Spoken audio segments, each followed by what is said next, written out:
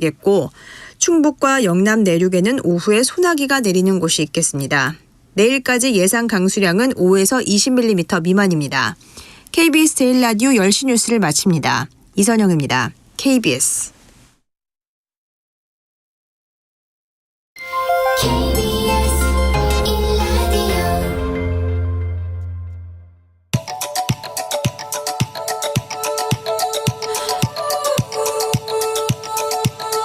김성환의 시사야.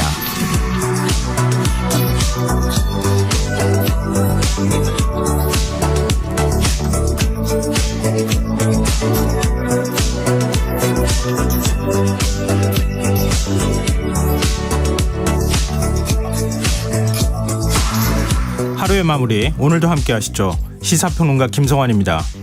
국민의힘 김기현 대표와 민주당 이재명 대표가 1대1로 만나 정책 대화를 하기로 합의했습니다. 여야 간 협치가 물꼬를 틀 수 있을지 관심이 쏠리는데요. 한 주간 있었던 정치권 움직임, 잠시 뒤 뉴스 외전에서 자세히 분석해 보겠습니다. 우크라이나 전쟁이 장기화하고 있는데요. 전쟁을 피해 국내에 입국한 고려인 동포들은 지금 어떤 생활을 하고 있을까요? 더 깊이 들여다보는 인터뷰 시간에 고려인 지원단체 사단법인 너머의 김영숙 이사와 얘기 나눠보겠습니다. 김성환의 시사는 청취자 여러분들의 관심과 참여 기다립니다. 방송 내용과 관련해 의견 있으신 분들은 문자 보내주십시오. 당첨된 분들께는 모바일 쿠폰 보내드릴 텐데요. 참여하실 번호는 샵 9730이고요. 짧은 문자 50원, 긴 문자는 100원의 이용료가 부과됩니다. 또 저희 방송을 유튜브를 통해서도 실시간으로 시청 또 참여하실 수 있는데요. KBS 라디오 채널 들어오셔서 구독, 좋아요 많이 눌러주시길 부탁드립니다. KBS 라디오 김성환의 시사야. 그럼 지금 시작하겠습니다.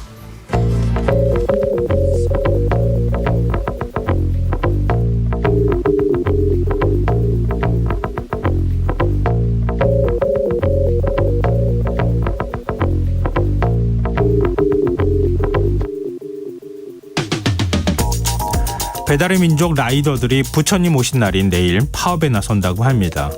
배달 노동자들은 9년째 동결된 기본 배달료를 3,000원에서 4,000원으로 1,000원 인상해 줄 것을 요구하고 있는데요. 배달비가 지나치게 비싸다는 여론도 적지 않은 만큼 이런 요구를 당황스럽게 보시는 분들도 계실 수 있습니다. 하지만 배달 노동자들이 말하는 기본 배달료는 소비자가 내는 배달비와는 다릅니다. 배달의 민족이 업주에게 받는 배달비 6,000원에서 라이더에게 지급하는 비율을 조금 더 높여달라는 건데요. 이런 요구를 하면 생각이 조금 달라질 수 있을까요? 지난해 말 국토교통부의 실태 조사에 따르면 배달 노동자의 한 달 수입은 285만 원가량 되는 것으로 나타났는데요. 배달 노동자 대부분이 하루 평균 12시간, 주 6일을 근무하고 있다는 점을 감안하면 사실상 최저시급에도 미치지 못하는 형편이라고 하죠. 누군가는 일부 배달 노동자들의 난폭 운전을 문제로 지적할 수도 있을 겁니다. 하지만 그 역시 최소한의 임금이 보장되지 않기에 발생하는 문제라고 보는 시각도 있는데요. 이 문제 어떻게 풀어야 할까요? 최근 경기도가 배달 노동자들을 대상으로 기회소득을 지급하겠다고 밝혔습니다.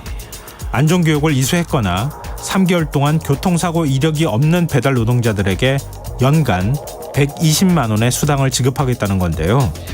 도의회의 반대로 추진이 쉽지는 않은 상황이라고 합니다. 물론 한 달에 10만 원을 더 준다고 배달 라이더들이 속도를 줄이겠냐는 실효성 논란도 있습니다만 상생을 위한 실험이 시작도 하지 못하고 좌초될 위기에 처한 점은 생각해 볼 여지가 있습니다. 배달 노동자들의 노동 환경은 모두의 안전과도 직결된 문제인 만큼 우리 사회가 이 문제에 조금 더 관심을 가져보면 어떨까요? 오늘 밤 당신 안에 꿈틀거리는 지식충전 본능이 깨어납니다. 여러분의 자유탐구 영역 김성환의 시사야.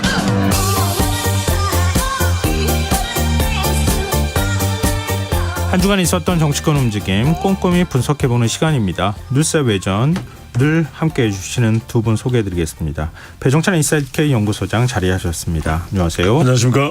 김민하 시사평론가 모셨습니다. 안녕하세요. 안녕하세요. 네. 지난주 우리가 이 시간에 네. 윤석열 대통령이 G7 정상회의에 가는 얘기를 했었잖아요. 예. 이른바 이제 슈퍼위크다 이렇게도 표현할 수 있을 것 같은데 그렇게 외교 일정 마치고 난 다음에 대통령 지지율에 어떤 변화가 있을지 한번 살펴보자 이렇게 얘기를 했는데요. 그러니까 네. 오늘 그 약속을 지키는 차원에서 대통령 지지율 얘기부터 좀 해봤으면 좋겠어요. 네. 윤석열 대통령 국무수행 지지율이 지난주보다 1%포인트 하락했다고 하는데요. 일단 김민하 평론가께서 관련 내용을 정리를 좀 해주셨으면 좋겠어요. 한국갤럽이 자체적으로 지난 23일부터 25일까지 4일간 전국 만 18세 이상 1000명을 대상으로 조사를 했습니다. 윤석열 대통령 국정 지지율은 전주 대비 소폭 하락했다라는 건데 네. 직무수행 긍정평가가 36%, 부정평가가 55%였습니다. 긍정평가는 전주 대비 1%포인트가 내렸다는 거고요. 부정평가도 1%포인트가 내렸다라는 겁니다. 긍정평가 이유로 꼽은 거는 외교 이렇게 답한 사람이 전체 42%, 경제 민생 5%, 국방 안보, 일본 관계 개선, 전반적으로 잘한다 4% 등이 거론이 됐고요. 부정평가 이유로는 마찬가지로 외교가 34%, 경제, 민생, 물가 10%, 독단적, 일방적 8%, 소통 미흡 6%, 일본 관계, 강제동원 배상 문제, 전반적으로 잘못한다 이 등이 4%였습니다. 여론조사 자세한 내용은 중앙선거 여론조사 심의 홈페이지를 참조하시면 되겠습니다. 네. 그동안 윤석열 대통령 지지율이 예. 한번 이렇게 바닥으로 탁 찍고 그렇습니다. 난 다음에 조금씩 올라오는 추세였었잖아요. 네. 그런데 지난주 오히려 국제 외교 문제에서 윤 대통령 스스로 또 그리고 정부에서 평가하거나 대통령실에서 평가할 때는 굉장히 성과가 좋았다 이렇게 얘기를 예. 하고 있는데 왜 이렇게 더 올라가지 않았을까요? 뭐 가장 큰 이유는 이른바 이제 외교라고 하는 약발 요인이 그 외교 시점에는 이제 발현이 됐겠죠. 그래서 지난주에 이 정상회의를 담고 있는 조사는 또 올라간 그런 결과가 발표되기도 했습니다. 네. 수치는 따로 말씀 안 드리면 이제 한국 갤럽 조사는 이번 주 화수목이거든요. 네. 그러면은 이른바 윤석열 대통령이 5월 달에 그 많았던 외교 일정에 대한 효과는 이제 서서히 좀 정체되거나 이제 소진되고 있는 상황인데 뭐 그것에 대해서는 지지율이 올라갔으니까 효과는 있었죠 분명히. 예. 예. 그리고 또 하나는 이제 반사 요인인데 반사적 이유로 대통령 지지율을 좀 끌어올렸던 게 김남국 의원의 이 코인 사태죠. 네. 코인 리스크가 MZ세대가 이탈하면서 국민의힘 쪽으로 가기보다는 오히려 국민의힘까지도 흡수해서 지지율을 한꺼번에 뭉치게 하는 것은 또 윤석열 대통령이 중심이니까 네. 그쪽으로 이제 갔던 거죠. 그래서 이제 외교와 코인이다라는 말씀드렸는데 이게 결국은 외부든 코인이든 내부의 견인차는 아니지 않습니까? 네. 그러니까 결과적으로는 윤석열 대통령의 지지율을 더 끌어올릴 수 있는 것은 중도나 무당이나 또는 MZ세대를 흡수해야 되는 것은 결국 내부의 정책이나 소통입니다. 그러니까 이 부분은 특별하게 좀 더 부각되지 않았던 것도 있고 또 하나는 이건 짧게 지금 하두를 던지는 겁니다. 네. 후쿠시마 이슈가 이제 불거지기 시작하는 거죠. 이 부분이 이제 서서히 이 초반 이 일종의 큰 파장으로 이어지기 전에 일종의 파동이 좀 전달됐다. 부분적으로나마 네. 그렇게 봐야 되겠죠. 네. 뭐 말씀하신 것처럼 외교 성과에 관련되어 있는 지지율은 이미 쭉 그동안에 올라왔던 걸로 다 반영이 된 것이다. 그 다음에 이제 영향을 미치는 것은 뭐 어찌 보면 지난주 지나서 이번 주 주초쯤에 영향을 미쳤던 여러 이슈들이 그렇죠. 네. 아마 지지율을 조금 떨어뜨리는 현상으로 이어지지 않았겠느냐 이렇게 말씀해 주셨는데요. 김민하 평론가 어떻게 보세요? 일단 뭐 지금 긍정평가 그리고 부정평가 모두 이제 높이 나온 게 외교라는 점을 보면은 대통령의 국정수행에 어떤 긍정 부정을 평가하는 가장 중요한 키워드는 뭐 계속 외교인 것입니다. 그거는 네. 분명한 사실인데 네. 다만 지난번에 이제 한미 정상회담 할 때는 우리가 어쨌든 주인공인 느낌이 있었잖아요. 근데 이번에는 주인공은 아닌 것이고 그리고 좀 주변적인 논란들이 있었기 때문에 지금 말씀하신 이제 후쿠시마와 관련된 어떤 그게 G7 정상회의의 주요 의제는 아니었지만 네. 가서 일본과의 관계나 이런 것들을 정리하는 과정에서 당연히 이제 제기될 수밖에 없는 이슈인 것이고 그런 것들이 이 부정평가의 어떤 그 윤석열 대통령의 이제 어떤 정권 운영과 반대편에 서 있는 그러한 유권자들의 어떤 결집이나 이런 것들을 모색할 수 있게 해주기 때문에 네. 그런 것들이 좀 상쇄됐다 이렇게 봐야 되고 다만 이제 어쨌든 이 대통령이 외교 행보를 하면 어쨌든 그것은 국가를 대표해서 뭔가 일을 하고 있다라는 느낌이 들지 않습니까? 네. 그러니까 평소에도 물론 대통령은 일을 하죠. 하지만 국내 여러 가지 정치적 논란 이런 거가 엮이면 대통령은 일을 하지 않고 정치적 계산만 하는 거냐 뭐 이런 얘기가 나올 법한 일들이 있는데 예를 들면 전당대회 뭐 개입 논란이라든지 뭐 이런 거 있지 않습니까? 그렇죠. 네. 근데 외교는 어쨌든 대통령이 일을 하는 느낌이거든요. 그러니까 또 대통령을 지지하는 측에서는 외교다. 외교 잘하고 있다. 라면서 또 결집을 하는 어떤 요인이 되는 것이고 지금 그 상황이지 않을까 생각합니다. 네. 뭐 늘 하는 얘기지만 외교는 국익을 위해서 움직이는 건데 그렇습니다. 네. 이건 여야 정쟁을 사안이 아니다 이렇게 주장했던 게 어느 정도 먹히는 측면도 있거든요. 그렇죠. 예. 네. 그리고 대통령이 오롯이 주목받는다고 하는 측면들 좀 있을 것 같고요. 네. 근데 지금 변수로 말씀하신 것도 후쿠시마 오염수 시찰단 활동과 관련한 문제일 것 같은데요. 활동 마치고 귀국을 일단 했어요. 근데 후쿠시마 오염수에 대한 국민의 우려를 얼마나 불식시킬 수 있을 것이냐. 네. 이 부분이 이제 앞으로 관건이 될 것 같은데 여론조사 결과 이건 뭐 짧은 거니까 제가 그냥 전해드릴게요. 네. 엠브레인 퍼블릭, K-스탠 리서치, 코리아 리서치, 한국 리서치가 지난 20일부터 24일까지 사흘 동안 전국 만 18세 이상 남녀 1,001명을 대상으로 전국 지표조사를 실시를 했는데요. 일본 후쿠시마 원전 오염수 시찰단 파견에 대해 도움이 될 것이다. 이건 40%, 도움이 되지 않을 것이다 라고 하는 국민 의견이 53%라는 조사 결과가 나왔습니다. 여론조사의 자세한 내용은 중앙선거 여론조사위 심의위원회 홈페이지를 참조하시면 될 것 같습니다. 근데 지금 여론은 별로 그렇게 좋지는 않다. 그렇습니다. 네. 반은 도움이 별로 안 될 것이다. 이런 쪽에 무게가 지금 실려 있는 거 아니에요? 시찰단에 대해서 이제 그렇게 네. 응답을 했고 그럼 그 이후에 이 여론이 과연 바뀔 것이냐 이게 중요하지 않겠습니까? 일본에서는 벌써 후쿠시마산 수산물 한국이 뭐 다시 수입 재개해 주길 희망한다 이런 얘기들이 지금 나오고 있는데. 그렇습니다. 일본에서는 계속해서 주변 국가들이 그걸 요구할 테고 특히 이제 이 여론조사에서 시찰단이 도움됐는지 여부를 물어봤지만 오염수를 방류하는 것에 대해서 찬반을 물어보면 더 여론은 거세게 이거보다 훨씬 안 저항감과 좋은 쪽이 거부감이 있었다. 생길 수가 있습니다. 예. 무슨 말씀을 드리냐면 결국 2008년하고 비교를 안 할 수가 없는 것이 물론 2008년에 우리가 이제 소고기 원령을 이야기하면서 강우병을 이야기했고 결과적으로는 이제 엄청난 논란을 겪다가 30개월 미만으로 일단 수입을 제한한다라는 그런 최종 결정이 나왔었죠. 네. 자, 우리 오늘 이 방송 우리 뭐 시사회가 최고의 방송이니까요. 방송 듣는 분들에게 제가 돌발 질문을 던지면 강우병 때가 과학일까요? 심리일까요? 그러면은 후쿠시마도 과학일까요? 심리일까요? 저는 이게 아니 왜 그래 이런 말씀을 드리냐면 네네. 결국은 이게 심리더라고요. 제가 데이터를 분석해 보면 네네. 왜냐하면 이걸 좀 아세요 물어보면 잘 몰라요. 근데 사람은 위험 앞에는 더 본능적으로 대응을 하게 되거든요. 그래서 네네. 이게 심리가 됩니다. 그러니까 그 말씀은 뭐냐면 2008년에 심리로 못 풀었기 때문에 그 파장이 일어난 것이거든요. 저는 이번에도 과학은 일단 기본으로 까는 것이고 심리로 풀어야 된다. 그러니까 과학으로 아무리 주장한다고 해서 우리가 무슨 전 국민이 수능 대비 과학 공부를 하고 있는 것도 아니고 그러면 심리가 굉장히 불안할 수밖에 없거든요. 이런 이유든 저런 이유든 심지어는 수산업에 종사하는 분들이든 저는 이걸 다독거려야 된다. 그러니까 네. 2008년에도 오늘 이제 나눠서 이야기 드릴 거예요. 요것만 조금 더 이야기 드리면 2008년에도 생각해 보면 아무것도 생각이 안 나요. 뭐만 생각나냐? 명박산성은 생각나요. 네. 그리고 아침 이슬은 생각나요. MB 이명박 전 대통령이 청와대에 올라갔더니 저 멀리 아침 이슬 소리가 들려요. 그거는 뭐냐? 그러니까 그 트라우마인 거죠. 심리적 트라우마예요. 대통령도. 그래서 저는 이것도 뭐냐면은 결과적으로 사람들의 심리거든요. 그러니까 심리라는 것은 굉장히 차분하게 이성적으로 또 정부가 과학적으로는 아무리 규명됐다 하더라도 설사 네. IAEA 발표가 허용이라고 6월 달에 설사 이야기하더라도 그 심리적 불안은 남는 것이거든요. 그러니까 저는 초점을 과학적 검증에 맞추는 건 그건 기본입니다. 네. 시찰단도 마찬가지고 심리적 불안을 정부에서 어떻게 해소해 나갈 것인가 이 부분에 저는 더 접근 더 무게를 둬야 될 것 같아요. 근데 지금 이번 시찰단과 관련해서 도쿄 특파원들하고 뭐 서로 간에 쫓기는 뭐 이런 모습들도 나타났다. 뭐 설명을 안 해가지고 특파원들이 전부 다 막 항의하는 일까지 벌어졌다. 이런 얘기까지 지금 나오고 네. 있단 말이에요. 뭐 심리다 이렇게 표현을 해주셨지만 뭐 물론 과학에 기반한 것이어야 하긴 하지만 우리 코로나 때도 사람의 행동 패턴이라는 게 합리적으로만 움직이지 않다는 거를 확인했었던 적이 있었잖아요.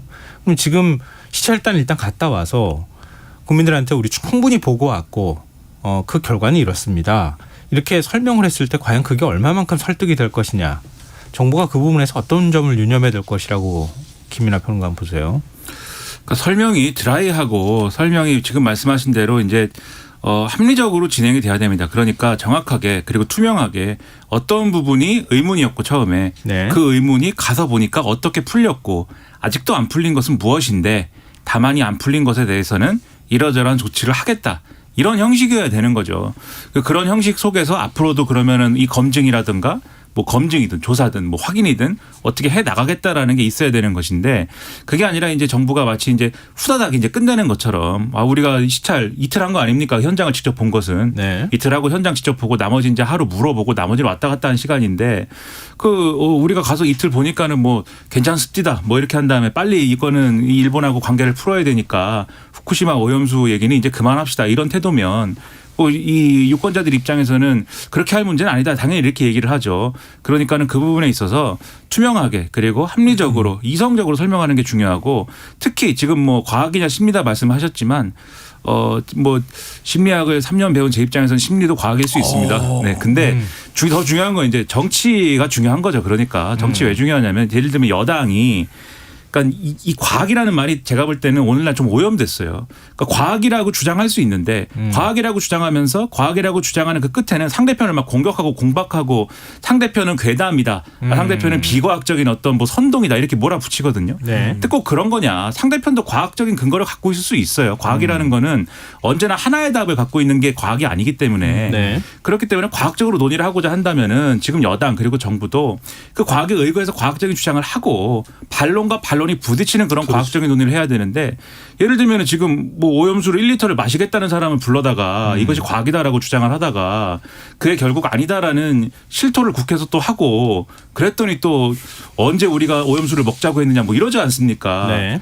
이거는 애초에 1리터 오염수를 먹자고 한 사람을 불러서 얘기한 게 과학이 아니고 선동인 거거든요. 그 경우라면 이렇게 하지 말고 정말 과학적인 논쟁을 하고 싶으면 과학에 기반한 방식으로 논쟁을 해라 이렇게 얘기하고 싶습니다. 근데 말씀 듣다 보니까 다 과학 같다는 생각도 들어요.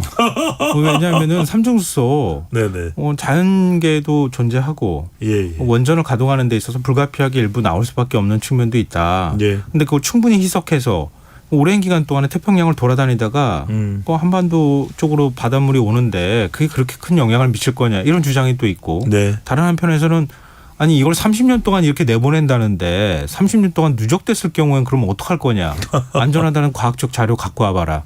이렇게 하면 진짜 양쪽 다 과학 아니에요? 그러니까 무슨 말씀이냐면 저는 제발 이 진영 간 대결 구도가 있기 때문에 이것을 정치 공방화하거나 쟁점화하거나 정치적 꼬리표를 안 붙였으면 좋겠어요. 지금 언론도 이렇게 되면은 동화돼 버리거든요. 네. 무슨 말씀이냐면은 뭐 우리가 모르는 그 단위를 가지고 무슨 삼중수소가 뭐 후쿠시마에서 30개 나오는데 벌써 우리 고리 원전에서만 뭐 더 나왔다. 그러니까 이런 식으로 저는 안 했으면 좋겠어요. 그리고 뭐 중국에서도 더 나오는데 왜 중국에서 나오는 그 삼중수소에 대해서는 문재인 정부에서 이야기를 못 했느냐. 이렇게 풀면 제가 말씀드린 대로 또 명박산성 가는 겁니다. 네. 그러니까 이제 그렇게 하지 말고 컨테이너 이번에는 3개가 올라갈지도 몰라요. 그래서 저는 그렇게 하지 말고 정말 차분하게 괴담으로 이렇게 연결하는 것도 바람직하지 않은 것 같고 또 이걸 그냥 반일 또 뭐 친일로 가는 것도 그건 더 바람직하지 않은 것. 네. 저는 좀 차분하게 자 과학적 이야기를 들어봅시다. 아 그래요? 그럼 다른 사람들의 의견은 어떠냐?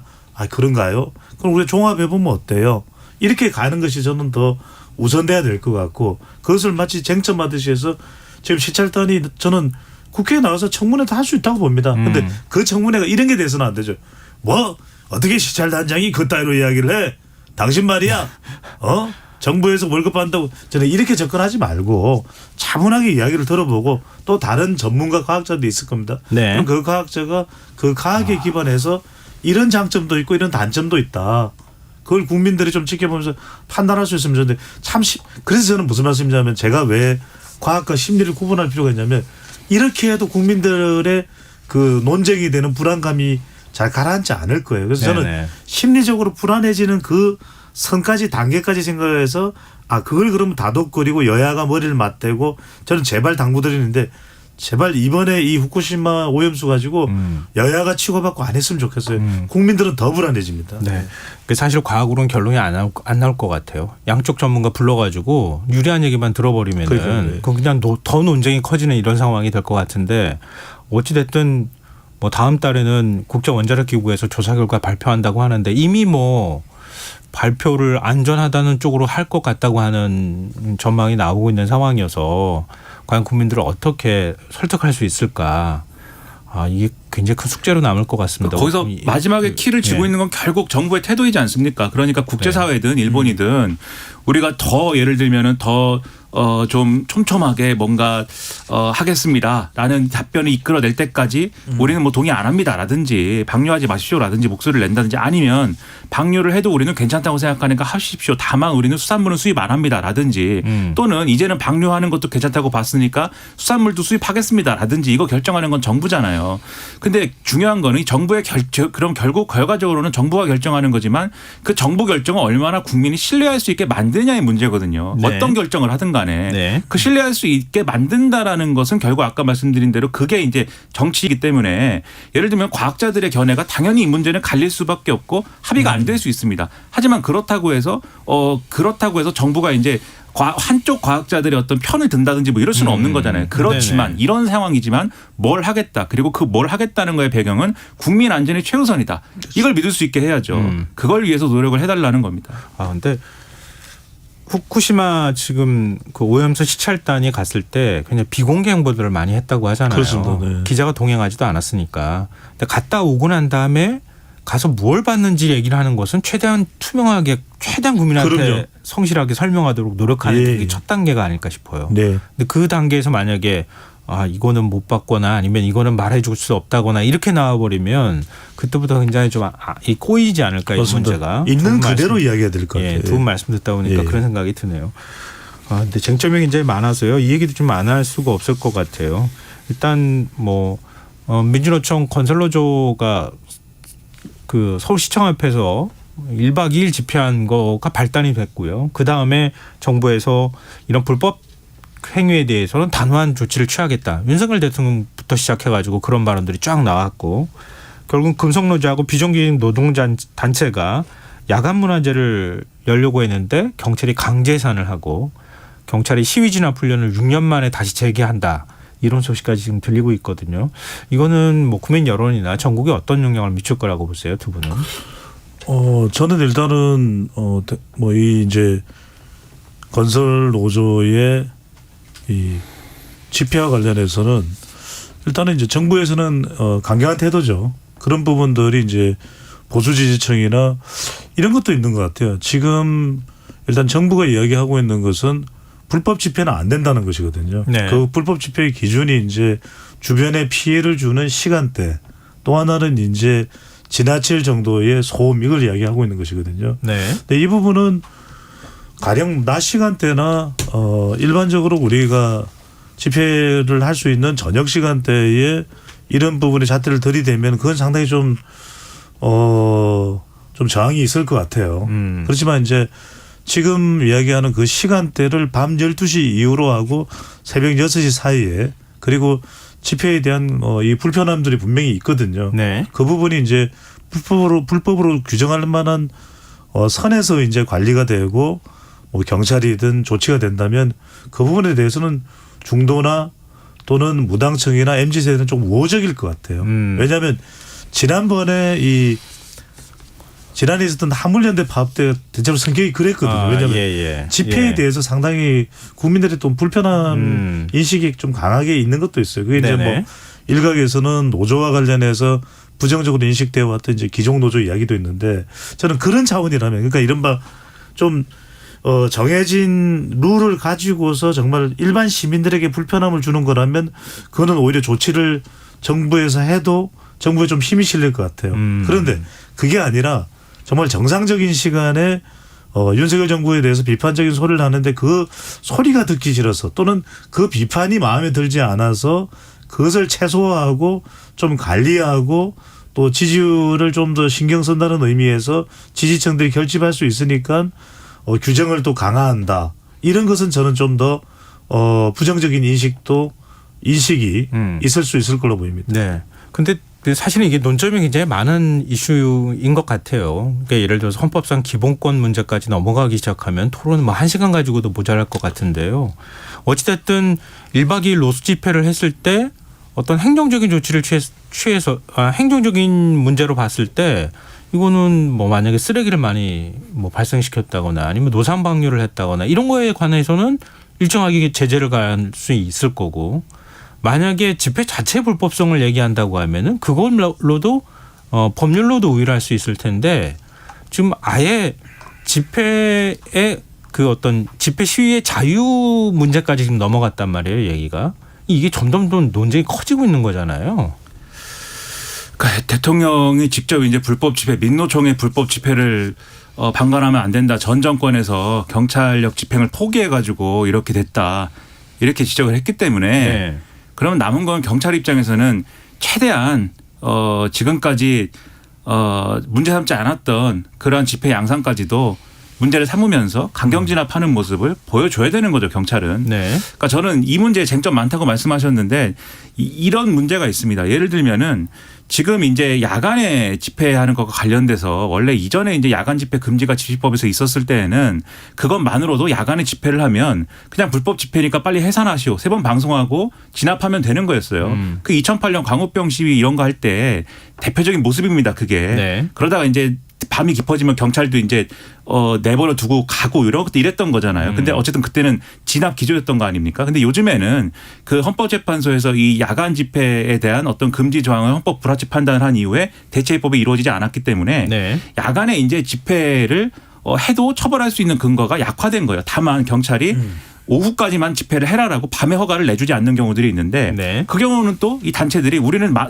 야간에 하는 것은 이제부터는 집회가 아니라 문화제입니다. 이렇게 해가지고 문화제를 진행을 하고 또 문화제는 또 막을 근거가 없기 때문에 네. 이것을 경찰이 또 그냥 문화제라고 하니까 또 그러면 이제 안전관리하고 이렇게 온 거예요 지금까지. 네. 근데 이 과정에서 중요한 거는 우리가 일반적으로 불법 집회다라고 과거에 얘기할 때는 어떤 상황이냐면 집회 신고를 아예 하지 않고 그냥 하는 집회 이런 건 불법 집회죠. 네네. 그다음에 또 일반적으로 이 집회 양상이 폭력적인 집회, 쇠파이프 나오고 뭐 부수고 뭐 보도블록 깨서 던지고 이런 거 그런 거 불법 집회죠. 네. 이런 거에 대해서는 경찰이 진압하고 그다음에 요 뭐 정리하고 이런 것들이 필요합니다. 그래서 첫째로 이 법을 개정해 가지고 야간이든 어떤 뭐 이 소음이든 뭔가 기준을 강화해 가지고 집회 관리를 강화하겠다. 단 헌법에 합치되는 방식으로 헌법재판소가 인정할 수 있는 방식으로 네. 요거 한다면 이건 필요하다고 저는 보고요. 그다음에 네. 불법 집회에 대한 뭔가 경찰의 훈련이 필요하다. 하세요. 그건 할 수 있다고 봅니다. 다만 문제는 이제부터는 뭐냐면 현장에서 계속 벌어질 논쟁이 뭐냐.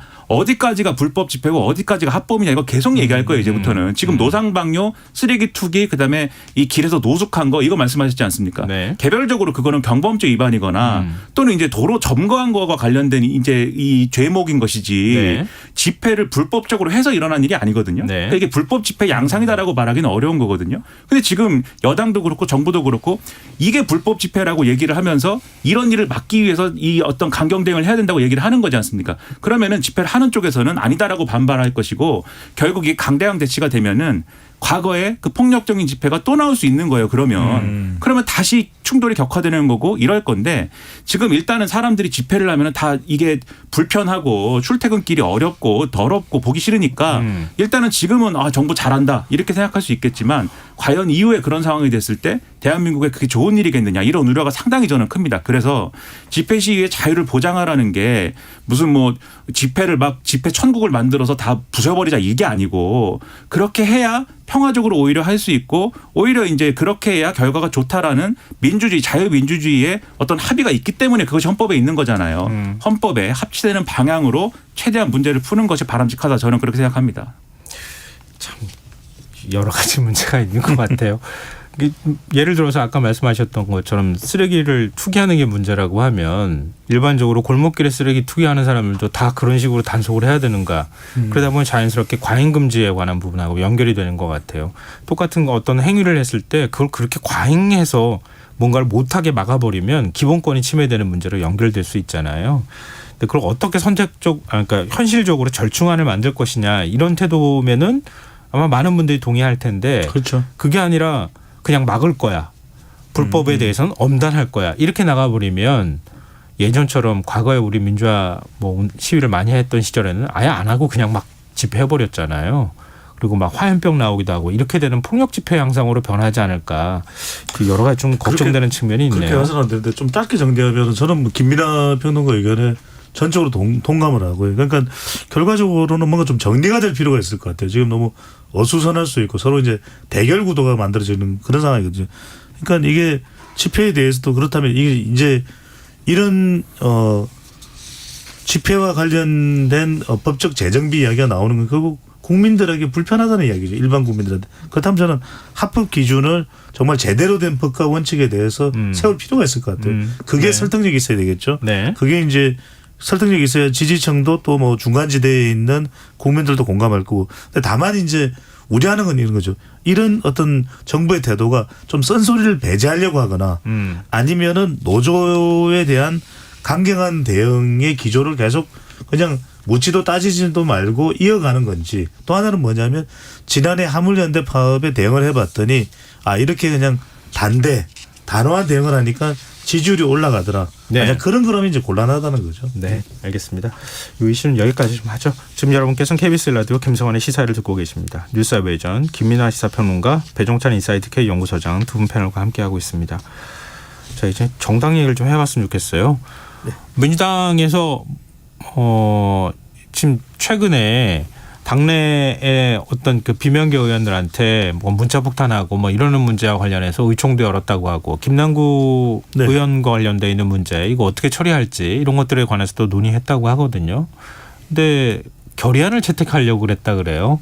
그러니까 당내 비명계 의원이나 이른바 수박이라고 불리는 의원들한테 강성당원들이 막 문자 폭탄을 보내는 것 이거 보내지 말라. 특히 김남국 의원을 비판했던 청년 의원들이 비판한 이후에 굉장히 문자를 많이 받았는데 그거 금지하게 해달라라고 하는 결의안을 채택하려고 했는데 그게 채택이 안 됐어요.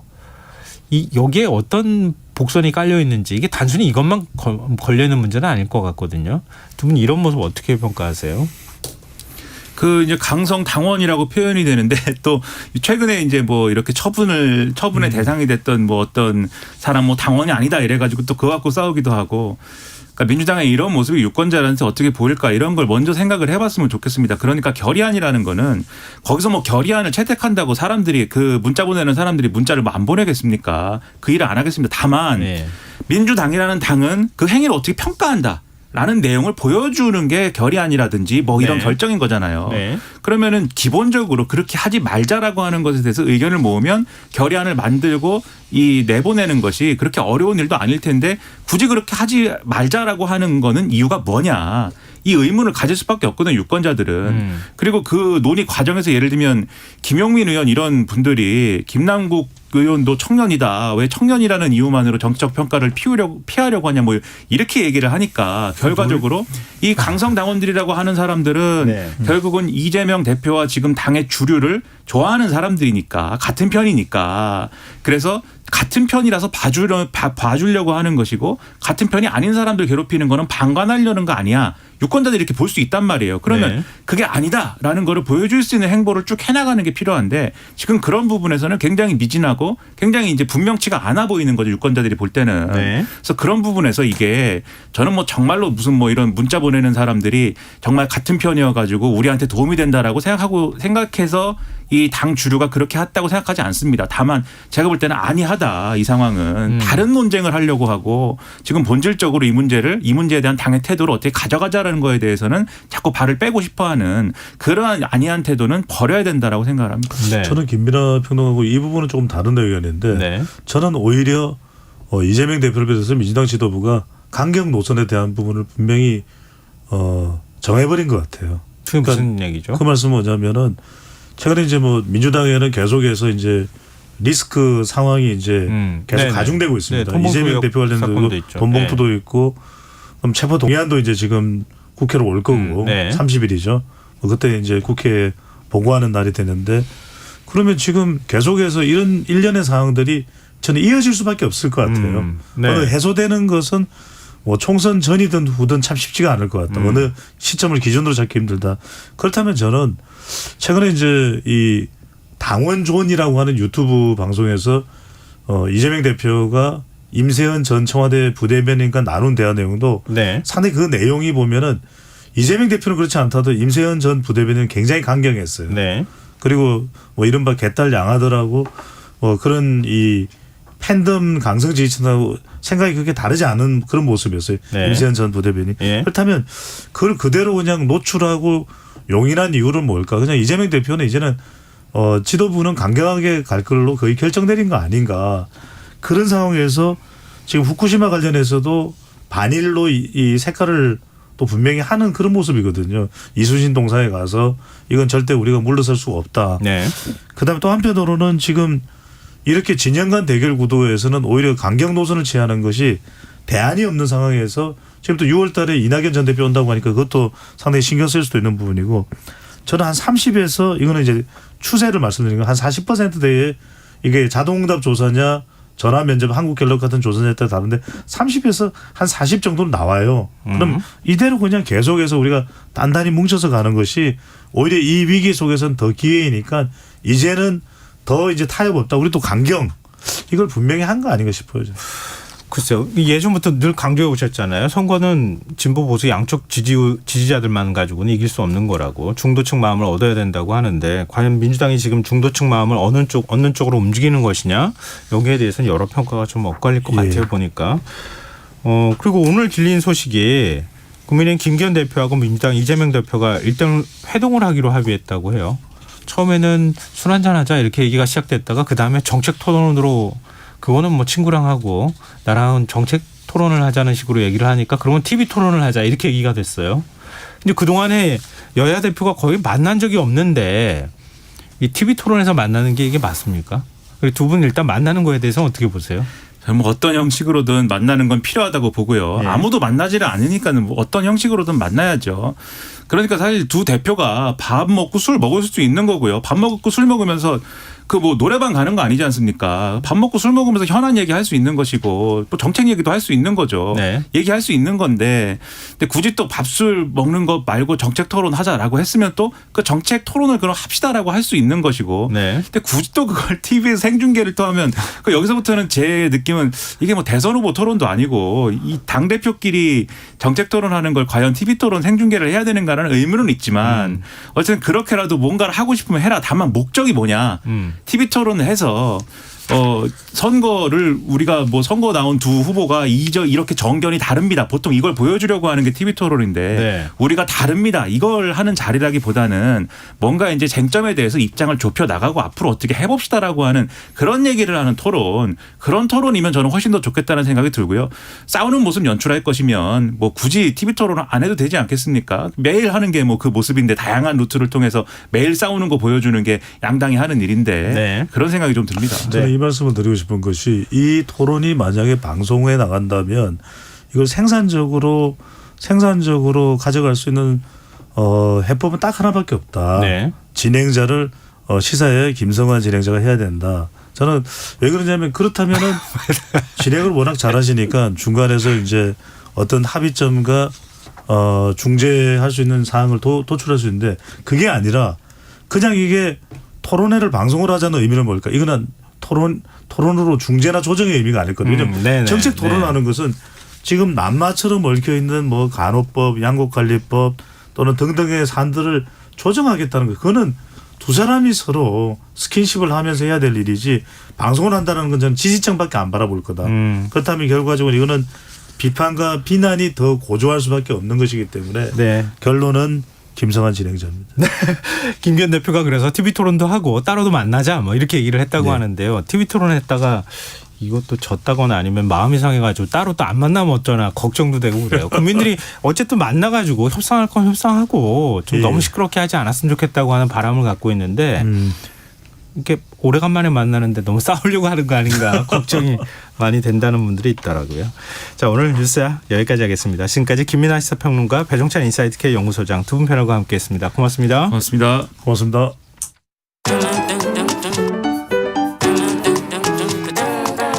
일일 시사권장량 채워가세요. 골고루 담았습니다. 당신만을 위한 하루 시사 김성환의 시사야. 우크라이나 전쟁을 피해 고려인 동포들이 국내에 입국한 지 어느덧 1년이 넘었습니다. 목숨만 겨우 보존하고 한국으로 왔지만 이곳에서의 생활도 쉽지 않다고 하는데요. 고려인 동포들이 어떤 어려움을 겪고 있는지, 이들을 또 도울 방법은 없는지 고려인 지원단체인 사단법인 넘어 김영숙 이사 연결해서 얘기 나눠보도록 하겠습니다. 이사님 안녕하세요. 네, 안녕하십니까. 네, 지금 우크라이나에서 그 입국한 고려인 동포가 대략 한 몇 명 정도 됩니까? 법무부 이민정보과에 의하면 약 3,400여 명 정도인데 예. 여기에는 우크라이나 국적 고려인 동포들만 추산하였고 실제로 고려인 동포 가족들과 우크라이나에 현지에 살고 있는 영주권자, 즉 국적이 없는 분들까지 포함하면 실제 피난 동포들은 이보다 훨씬 더 많을 거라고 추정합니다. 근데 지금 이 고려인 동포들이 지금 어떻게 생활하는지 실태 조사를 하셨다고요? 네네네. 어땠습니까? 일단 정부가 우크라이나 고려인 동포들에게 입국 비자를 줬지만 실제로 생계 유지는 오로지 각자의 몫입니다. 그래서 고려인 동포들이 이를 해결하기 위해서 노력하는 것은 좀 한계에 직면해 있고요. 네. 이 생계를 유지하기 위해서 대부분 친척이나 친구들에게 돈을 빌려가면서 생활하고 있기 때문에 네. 입국 초기부터 빚을 지고 있고 또 입국한 연령 구성비를 보면 성년 남성은 대부분 징집 대상이기 때문에 입국을 못하고 있고요. 예. 60세 이상 노령자나 입국자 대부분이 여성이거나 미성년자 아동이기 때문에 아주 생활고에 많이 힘듦을 호소하고 있습니다. 지금 정부나 지자체 차원의 지원이 없습니까? 아예 없고요. 입국 조치만 간소화될 뿐 지원은 전혀 없습니다. 다만 안산시에서는 한시적으로 지원을 위한 전담 인력만 지원했을 뿐 전혀 없는 상황입니다. 아, 그래요? 그럼 아니 광주 얘기도 제가 들었던 것 같은데, 그러니까 고려인 동포들을 도와주시는 분들이 적지 않은 것으로 알고는 있는데 그게 지자체나 정부 차원에서는 전혀 없다는 거예요? 대부분 민간단체나 자선단체에서 도와주는 식으로 해서 생필품이나 그리고 식료품 정도로 지원하고 있고, 구호단체에서 일부 일부 생계비를 지원받아서 보증금 지원 정도 한 50만 원 정도 혹은 100만 원 정도 일시적으로 지원하고 있는 게 전부인 상태고, 그마저도 올 3월에 다 소진이 되어서 예. 실제로는 지금 입국하는 분들은 전혀 지원을 받을 수 없는 상황입니다. 아, 그럼 말씀하시는 가운데 제가 잠깐 상상을 해봤어요.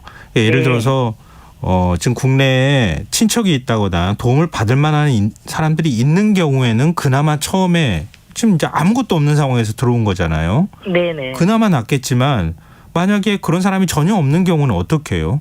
살 집도 없고 그리고 당장 돈도 없고 아무것도 없잖아요. 대부분 그런 경우는 아예 못 들어오는 상태고요. 그나마 피난민이 지인인 경우 있을 수 있잖아요. 예. 먼저 피난 온 사람들이 지인이 돼서 그분들 집에 도보살이하고 살다가 아르바이트나 혹은 돈을 빌려서라도 한 50만 원, 100만 원짜리 혹은 보증금이 없는 집으로 일단 분리해서 살아가는 과정이니까 거의 낭떠러진 거죠. 한국에 입국하자마자. 그렇지만 전쟁터에 있을 수 없고 또 피난 생활을 계속 할 수 없는 상황이기 때문에 입국한 사례들도 있습니다. 아니, 도움을 조금 받았다고 하더라도 계속 도와줄 네. 수는 없는 거 아닙니까? 아주 네네. 부자면 모를까. 그러면 어찌 됐든 한국에서 생활할 때 어딘가에서 돈을 스스로 벌어서 쓸 수 있어야 되는 거잖아요. 네네. 취업은 할 수 있습니까? 일단은 3개월 전에 취업을 하기에는 불법이에요. 그리고 취업 비자가 아니기 때문에 이제 동포 비자나 대부분은 동포 비자 혹은 방문 취업 비자로 들어오는 경우는 그나마 생계 유지를 위해서 일당이나 아르바이트를 할 수도 있는데 아예 취업이 불가한 체류 자격을 가지신 분들도 한 20-30% 정도 됩니다. 그런 분들 같은 경우는 사실은 불법 취업에 내몰리고 있다고 보면 됩니다. 아니, 전쟁을 피해서 똑같이 들어왔는데 다 자격이 달라요? 네, 그렇습니다. 동포를 입증을 할 수 있는 경우는 이제 동포 비자를 3개월이나 혹은 입국하자마자 여러 가지 절차를 거쳐서 변경을 할 수가 있습니다. 그렇다고 해서 이분들이 입국하자마자 동포 자격을 가지고 있다 하더라도 바로 취업을 할 수 있지는 않습니다. 그러나 동포를 입증할 수 없는 경우도 있습니다. 왜냐하면 네. 뭐 서류 준비를 못한 경우도 있고 또 우크라이나가 특이하게 무국적자인 경우도 가끔 있어요. 네, 무국적자요? 네네, 국적을 상실한 경우들이 가끔 있습니다. 왜냐하면 중앙아시아에 있다가 우크라이나 이주하면서 한쪽 국적을 포기하고 네.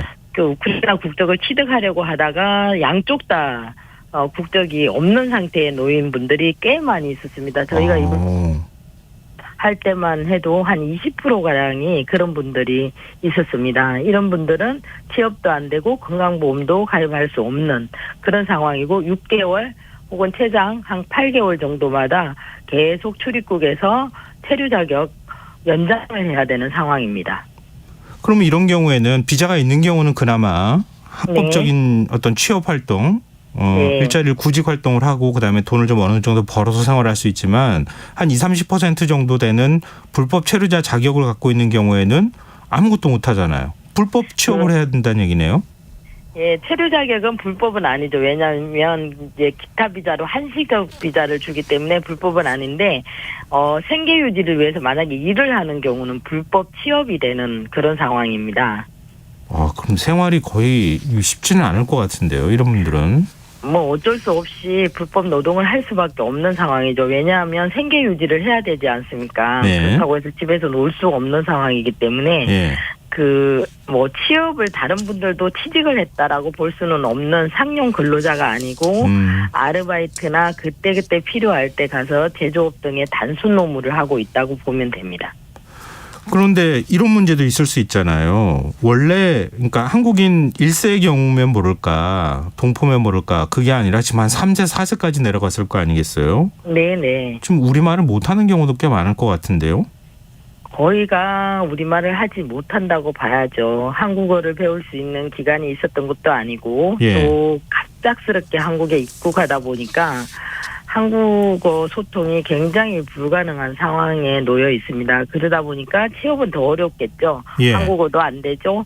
또 비자도 안정적이지 않죠. 이러다 보니까 누가 그런 분들을 고용을 하겠어요. 예. 그러니까 굉장히 생계에 어려움을 겪고 있다고 보시면 됩니다. 주로 어떤 곳에 취직을 합니까? 어떤 곳에서 취업 활동을 하는 거예요?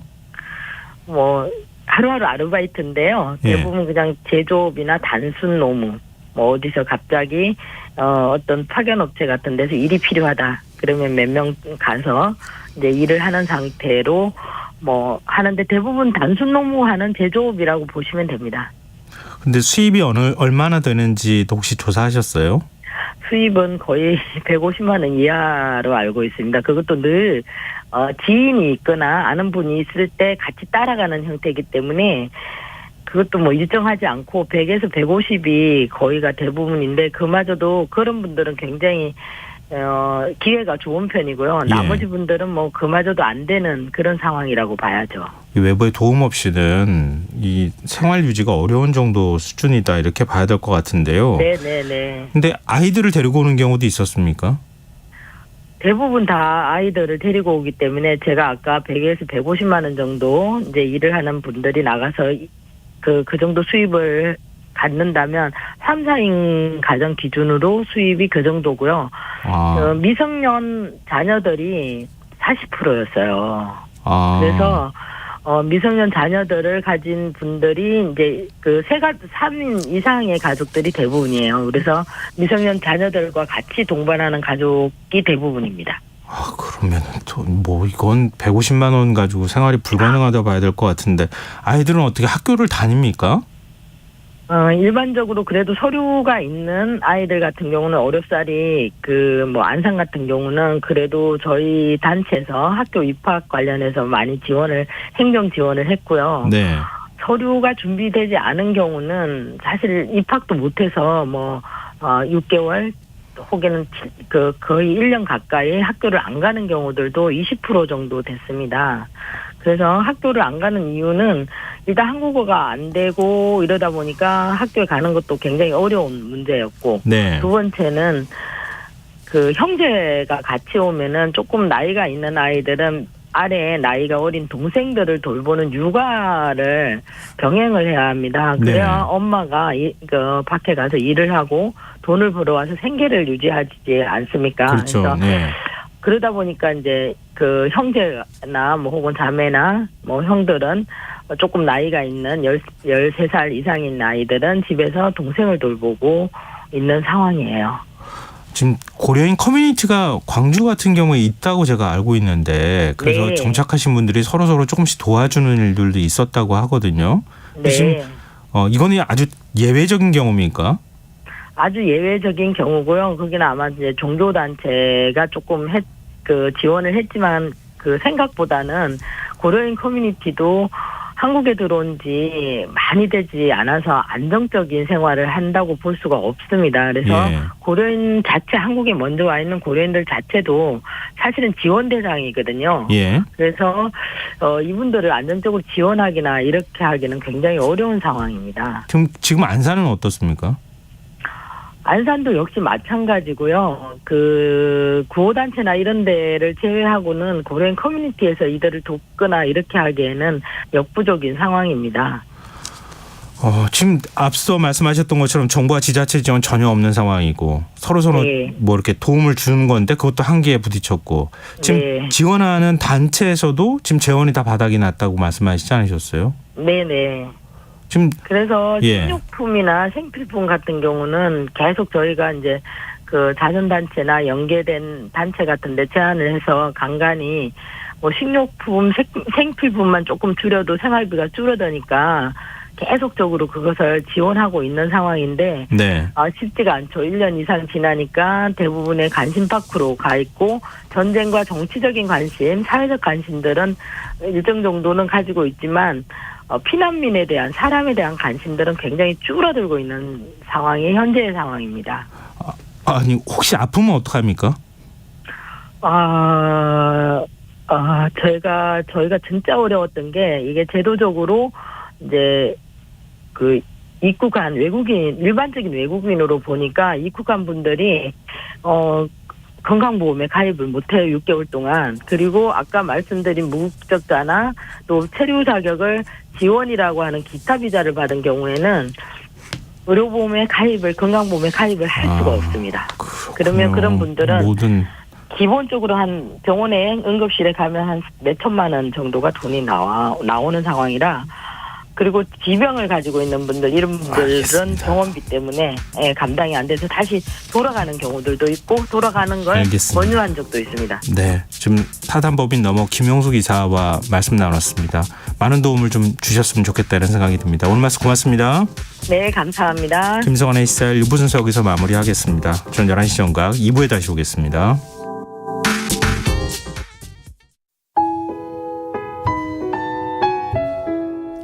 청취자 여러분, 위기가정을 찾아주세요.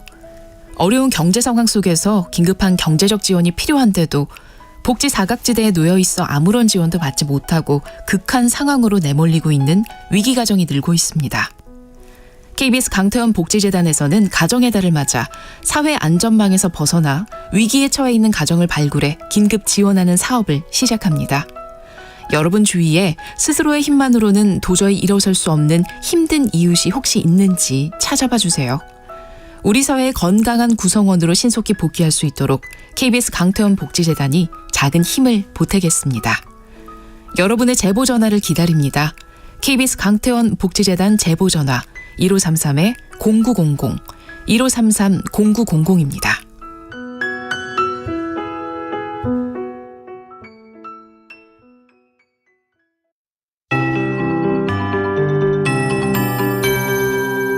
KBS 58분 날씨. 내일은 전국이 대체로 흐리겠습니다. 아침까지 서해안과 남해안, 남부 내륙을 중심으로 안개가 끼겠고 서해상과 남해상, 제주도 해상에도 바다 안개가 끼는 곳 있겠습니다. 교통안전과 해상안전사고에 유의하시기 바랍니다. 대기 불안정으로 인해 충북과 경상권 내륙을 중심으로 5에서 20mm의 소나기가 오겠습니다. 오전부터 밤사이 수도권과 강원도에 5에서 20mm의 비가 오는 곳이 있겠고 모레 새벽 소강 상태를 보이다가 오후에는 전국 대부분 지역에 비가 오겠습니다. 다음 주 초반까지 강하고 많은 비가 예상되는 만큼 피해 없도록 대비하시기 바랍니다. 내일 아침 최저기온 서울 18도, 광주 19도 등 전국이 14에서 19도의 분포를 보이겠습니다. 낮 최고 기온은 서울 23도, 대구 27도 등 전국이 22에서 27도로 내륙을 중심으로 25도 이상 올라 덥겠습니다. 서해 바깥 먼바다는 밤부터, 제주도 먼바다와 남해 동부 바깥 먼바다는 모레부터 바람과 물결이 거세지겠습니다. 당분간 제주도 해안에는 너울성 파도 밀려오겠습니다. 서울의 현재 기온 20.7도, 습도 66%, KBS 58분 날씨 박성준입니다.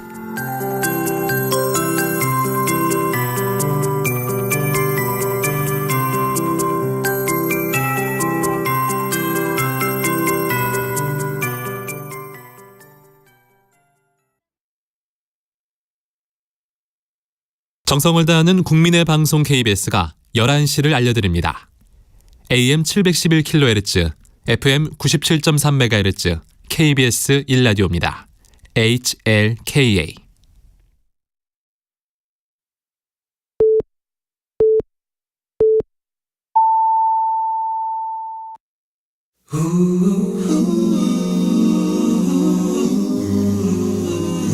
이 밤 그냥 보내긴 아쉬우니까요. 당신의 하루의 끝까지 야무지게 채워드립니다. 당신의 지식 충전소 김성환의 시사야.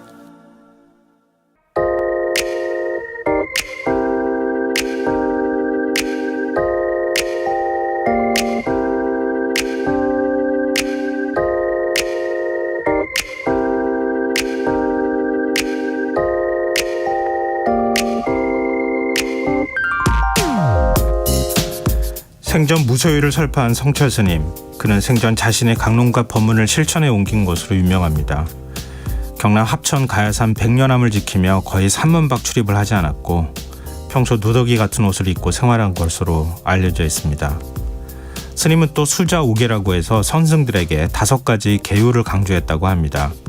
잠 많이 자지 말라, 말 많이 하지 말라, 많이 먹지 말라, 간식 먹지 말라, 그리고 마지막 5번째가 책을 보지 말라였습니다. 그런데 이게 무슨 일입니까? 스님은 장서 10,000권을 남기고 열반에 들었다고 합니다. 스님의 거처 백년암에 이미 장서를 보관할 정각까지 세웠다고 하는데요. 성철 스님 사후 백년암을 지키며 성철 사상을 전하고 있는 원택 스님에게 누군가가 따져 물었던 모양입니다. 10,000권의 책을 가지고 있으면서 다른 사람은 책을 보지 말라는 것이 말이 됩니까? 당황한 원택 스님이 성철 스님의 도반인 서웅 스님을 뵀을 때 왜 우리 스님이 그런 말씀을 하셨을까요? 물으니 허허 원택이도 답답하구나 하시며 이렇게 답했다고 합니다. 선방에서 화두를 들고 정진하는 숫자들에게 화두에만 마음을 모으도록 책 보지 말라는 것이지 다른 사람들한테까지 책 보지 말라는 소리가 아니다. 멀쩡한 사람들까지 책 보지 말고 무식해지라는 소리가 아니란 말이다. 성철 스님은 50대 해인사 방장이 되어 100일 법문을 하면서 불가에선 듣도 보도 못한 아인슈타인의 상대성 이론과 물리학을 들어 법문을 하고 타임지까지 인용했다는 일화가 있는데요. 스님이 동서양을 넘나든 현학과 깨달음으로 잠자는 중생을 일깨울 수 있었던 것은 다독과 깊이 있는 성찰과 고민이 있었기에 가능한 일이 아니었나 생각해 봅니다. 최근 교보문고가 창사 이래 처음으로 명예퇴직을 받고 있다는 소식, 또 정부의 세종도시 지원사업비 84억 원도 집행이 안 되고 있다고 하는 소식이 들렸는데요. 책을 읽는 인구는 줄고 정부 지원은 미흡한 이런 상황 어떻게 봐야 될까요? 부처님 오신 날을 맞아 성철 스님의 뜻을 되새기면서 한가롭게 독서를 즐겨보시는 건 어떨지요? 지금까지 오늘의 발견이었습니다.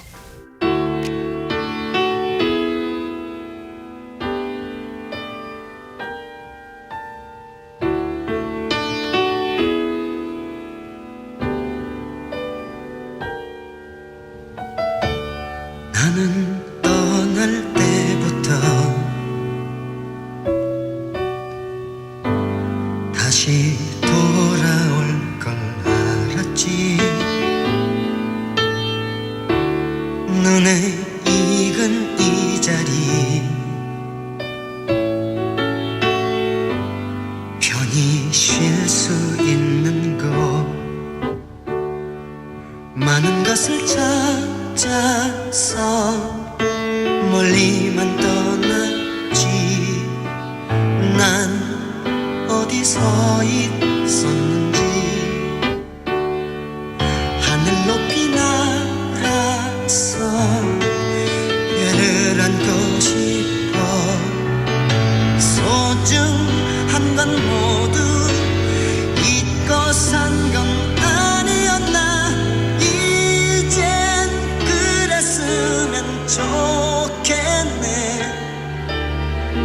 그대 그늘에서 지친 마음 아물게 해 소중한 건 옆에 있다고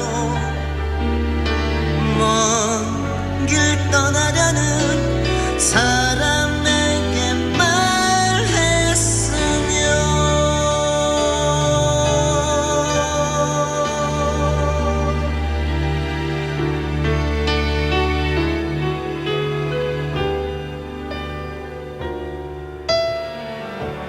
너를 보낼 때부터 다시 돌아올 걸 알았지. 손에 익은 물건들 편히 잘 수 있는 곳 숨고 싶어 헤매던 세월을 딛고서 넌 무얼 느껴왔는지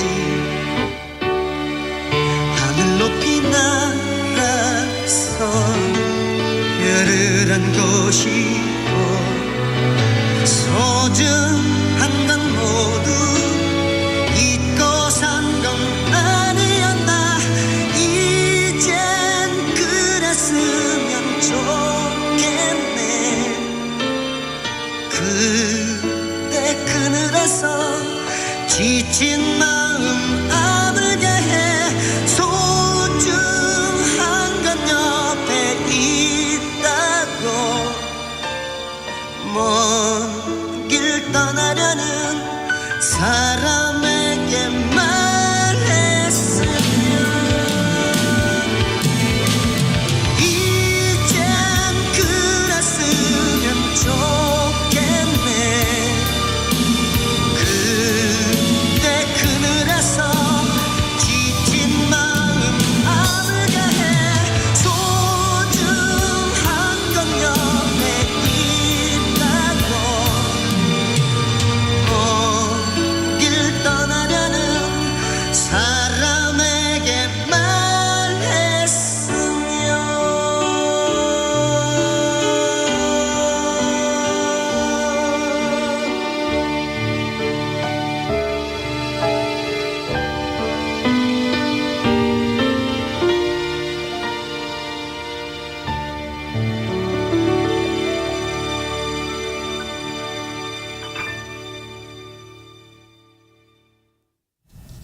조용필의 이젠 그랬으면 좋겠네 들으셨습니다.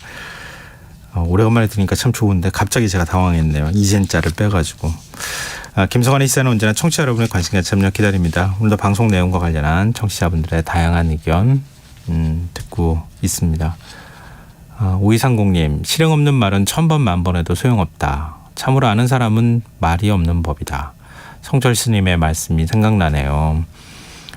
그리 잘 살고 있는 인생은 아니지만 그래도 아이들에게만은 인생의 코치가 되고 싶어서 그러기 위해선 책은 많이 읽으려고 노력 중입니다. 오늘의 발견이 절 더 재촉하네요. 많이 읽으라고 감사한 오늘의 발견 이렇게 또 문자 주셨어요. 그리고 8356님께서요.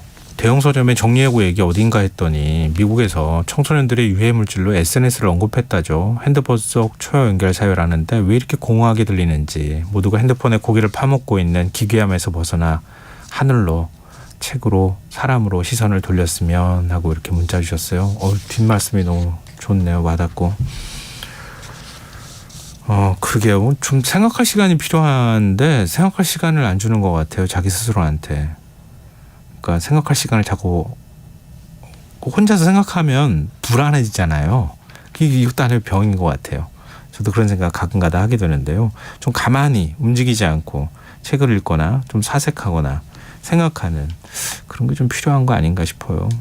그러니까 성철 스님도 그렇게 산문박 출입 안 하시면서 계속 그렇게 공부하고 뭔가 끊임없이 생각하고 또 책 읽고 그렇게 하시면서 우리가 잊을 수 없는 그런 사상을 남겨주시고 떠나신 거 아닌가 그런 생각이 드네요. 책 좀 많이 읽어야 됐습니다.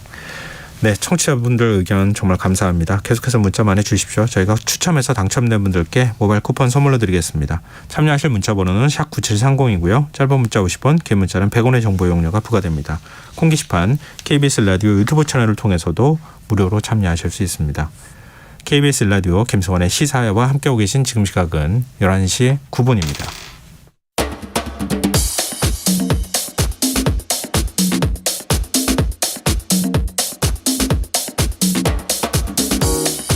오늘 일어난 세상 곳곳의 소식들 당일 배송으로 전해드립니다. 밤참 뉴스 이영경 뉴스캐스터 나와 계십니다. 안녕하세요. 네, 안녕하세요. 네, 우리 뭐 그동안에 여러 차례 김포 골드라인 혼잡도 뭐 말씀을 계속 좀 드렸고 대책 마련이 네. 필요하다는 뭐 얘기도 나눴는데요. 버스 전용 차로가 설치가 돼서 운영에 들어갔어요. 네. 근데 지금 혼잡도를 좀 낮추는데 도움이 됐습니까? 아직까지 판단하기 좀 이를 것 같아요. 예. 네.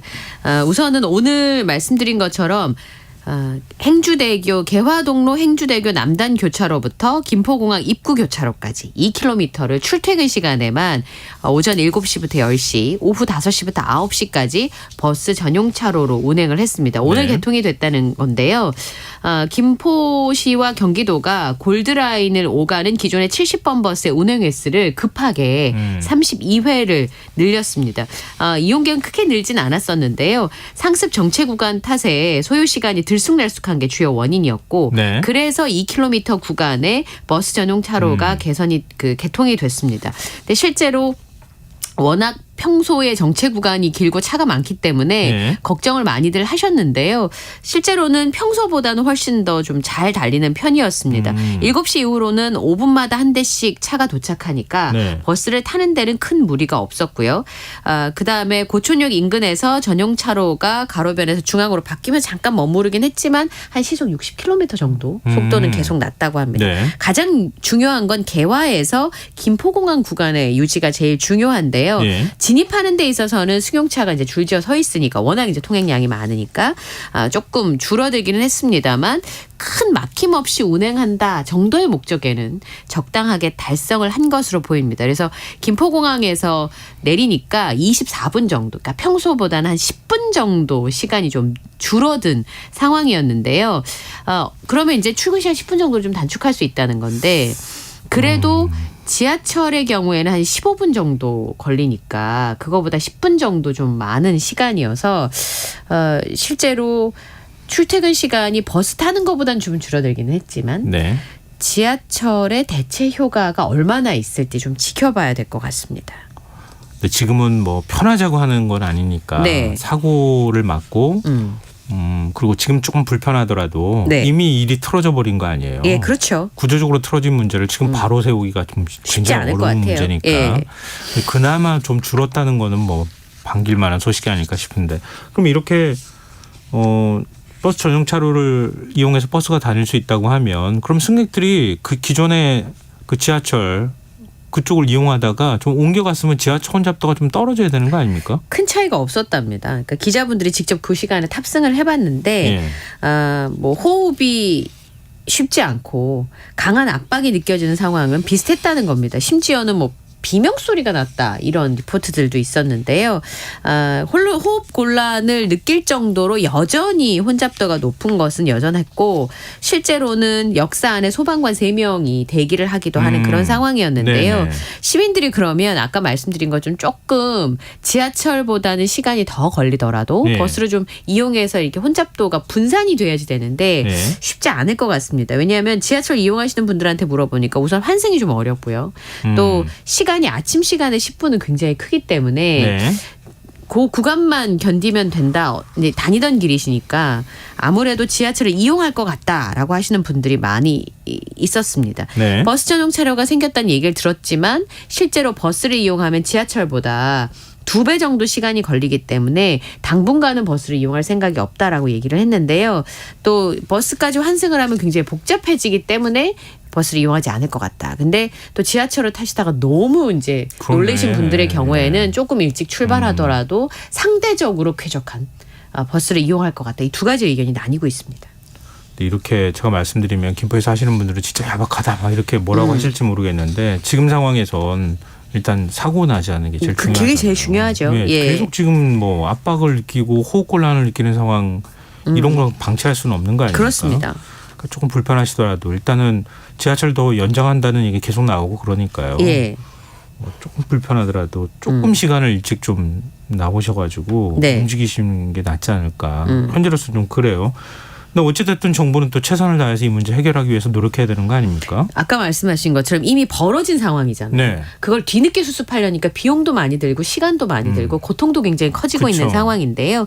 오늘 이제 이성애 대도시권 광역교통위원회 위원장, 오후석 경기도 행정 2부지사, 김병수 김포시장에서 풍무역에서 김포공항 구간에 버스를 탔는데요. 네. 이성애 위원장은 시간이 좀 지나면 기존의 차량 이용자들도 버스 전용 차로라는 것을 인지를 하고 있으니까 좀 상황이 수월해질 것이고 혼란이 줄어들 것이다라고 얘기를 했고요. 버스 전용 차로가 생겼기 때문에 버스 이용 승객이 좀 늘어나면 승용차 교통량도 좀 줄어들지 않을까 이런 기대감을 보였습니다. 그리고 김병수 김포시장의 경우에는 시민들의 반응을 들어보니까 지하철보다 버스가 더 빠르다는 의견도 있었다 이렇게 인터뷰를 하긴 했는데요. 네. 실제로 기자분들이 탑승을 해서 리포트를 한 거 보면 뭐 10분 줄어들었다, 3분 줄어들었다 정도인 것 같습니다. 오는 6월부터는 수요 응답형 버스 추가 노선이 설치가 될 예정이라고 하니까 네. 지금보다는 조금 더 나아지지 않겠나. 투입되는 교통수단이 많아지고 있기 때문에 네. 그런 부분에 이건 전 아직까지는 기대감이라는 생각이 좀 들어요. 아침 출근 시간에 10분에서 3분 정도가 줄어든다는 것인데 실제로는 지하철을 이용하면 반 정도의 시간이면 갈 수 있는 것이기 때문에 이런 부분에 있어서는 아직까지는 좀 회의적인 시각이 있는 것 같고요. 근데 전문가들 얘기로는 이런 것도 있다 그래요. 신규 교통시설이 생겼을 때 수요가 저조하다가 좀 개선이 돼서 그런 거를 램프업이라고 하는데 보통 네. 3개월에서 6개월 정도 걸린다고 하거든요. 근데 3개월 정도, 6개월 정도 사이에 그럼 나는 위험한 것보다는 조금 더 걸리더라도 버스를 타고 조금은 쾌적하게 출근하겠다는 분들이 늘어나면 정착을 하는데 네.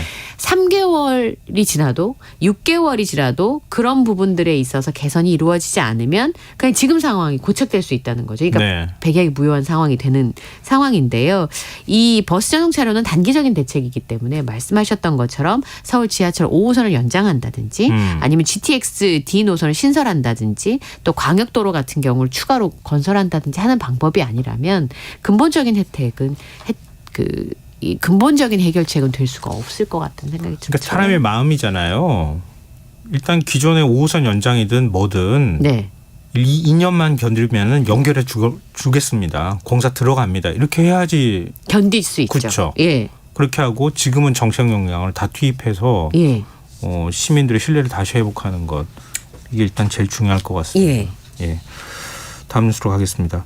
일본 소식이에요. 지금 한족한 시골 마을에서 총격 사고가 발생했다고요? 네, 일본 중부 나가노현에 있는 농촌 마을에서 한 남성이 60대 여성에게 흉기를 휘둘렀다라는 그 신고가 접수가 됐습니다. 네. 도망치던 여성이 우리 밭 근처에 용의자에게 잡혀서 흉기에 찔렸다는 신고를 받고 경찰에 출동을 했습니다만 용의자가 쏜 총에 경찰관 2명이 숨졌습니다. 그리고 흉기에 찔린 60대 여성도 사망한 상황인데요. 또 사건 현장에서 신원을 알 수 없는 고령의 여성이 숨진 채로 발견돼서 지금까지 4명의 사망자가 발생한 일이었습니다. 네. 근데 경찰과 밤샘 대치 끝에 30대 이 용의자가 붙잡혔는데 너무 충격적인 건 뭐냐면 그 지역 시의회 의장 아들이었다라고 하는 겁니다. 이 범인은 자신의 아버지 집으로 도망을 갔고 경찰과 12시간 대치를 하다가 오늘 새벽에 잠시 집 밖에 나온 순간에 붙잡힌 상황이었는데요. 일본에서는 너무나 이례적인 총격 사건이었고 그래서 마을에 통행 금지령, 휴교령이 내려진 상황입니다. 경찰이 살인 혐의로 체포영장을 신청한 상황이고요. 수사를 하고 있는데 너무 충격적인 이 상황이지 않을까 싶습니다. 그렇죠. 일본 사회 지금 뭐 일본 매체들 거의 떠들썩한 상황일 것 네. 같은데 왜 이런 일을 벌였다는 겁니까? 그러니까 아직까지 그 범행 동기가 밝혀지지 않았고요. 일본 언론에서는 묻지마 범죄에 무게를 두고 있는 상황입니다. 이 범인한테 왜 그러느냐고 목격자가 소리를 쳤는데 예. 범인이 죽이고 싶어서 죽였다라고 답한 뒤에 그 자리를 떠났다라고 하는 겁니다.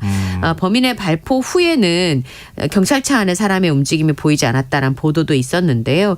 여기가 신슈나카노역으로부터 서쪽으로 2km 정도 떨어진 주로 이제 아까 말씀하신 주택과 논밭으로 이루어진 시골 마을인데 네. 어떻게 이런 일이 벌어졌는지 깜짝 놀랄 만한 일이고요.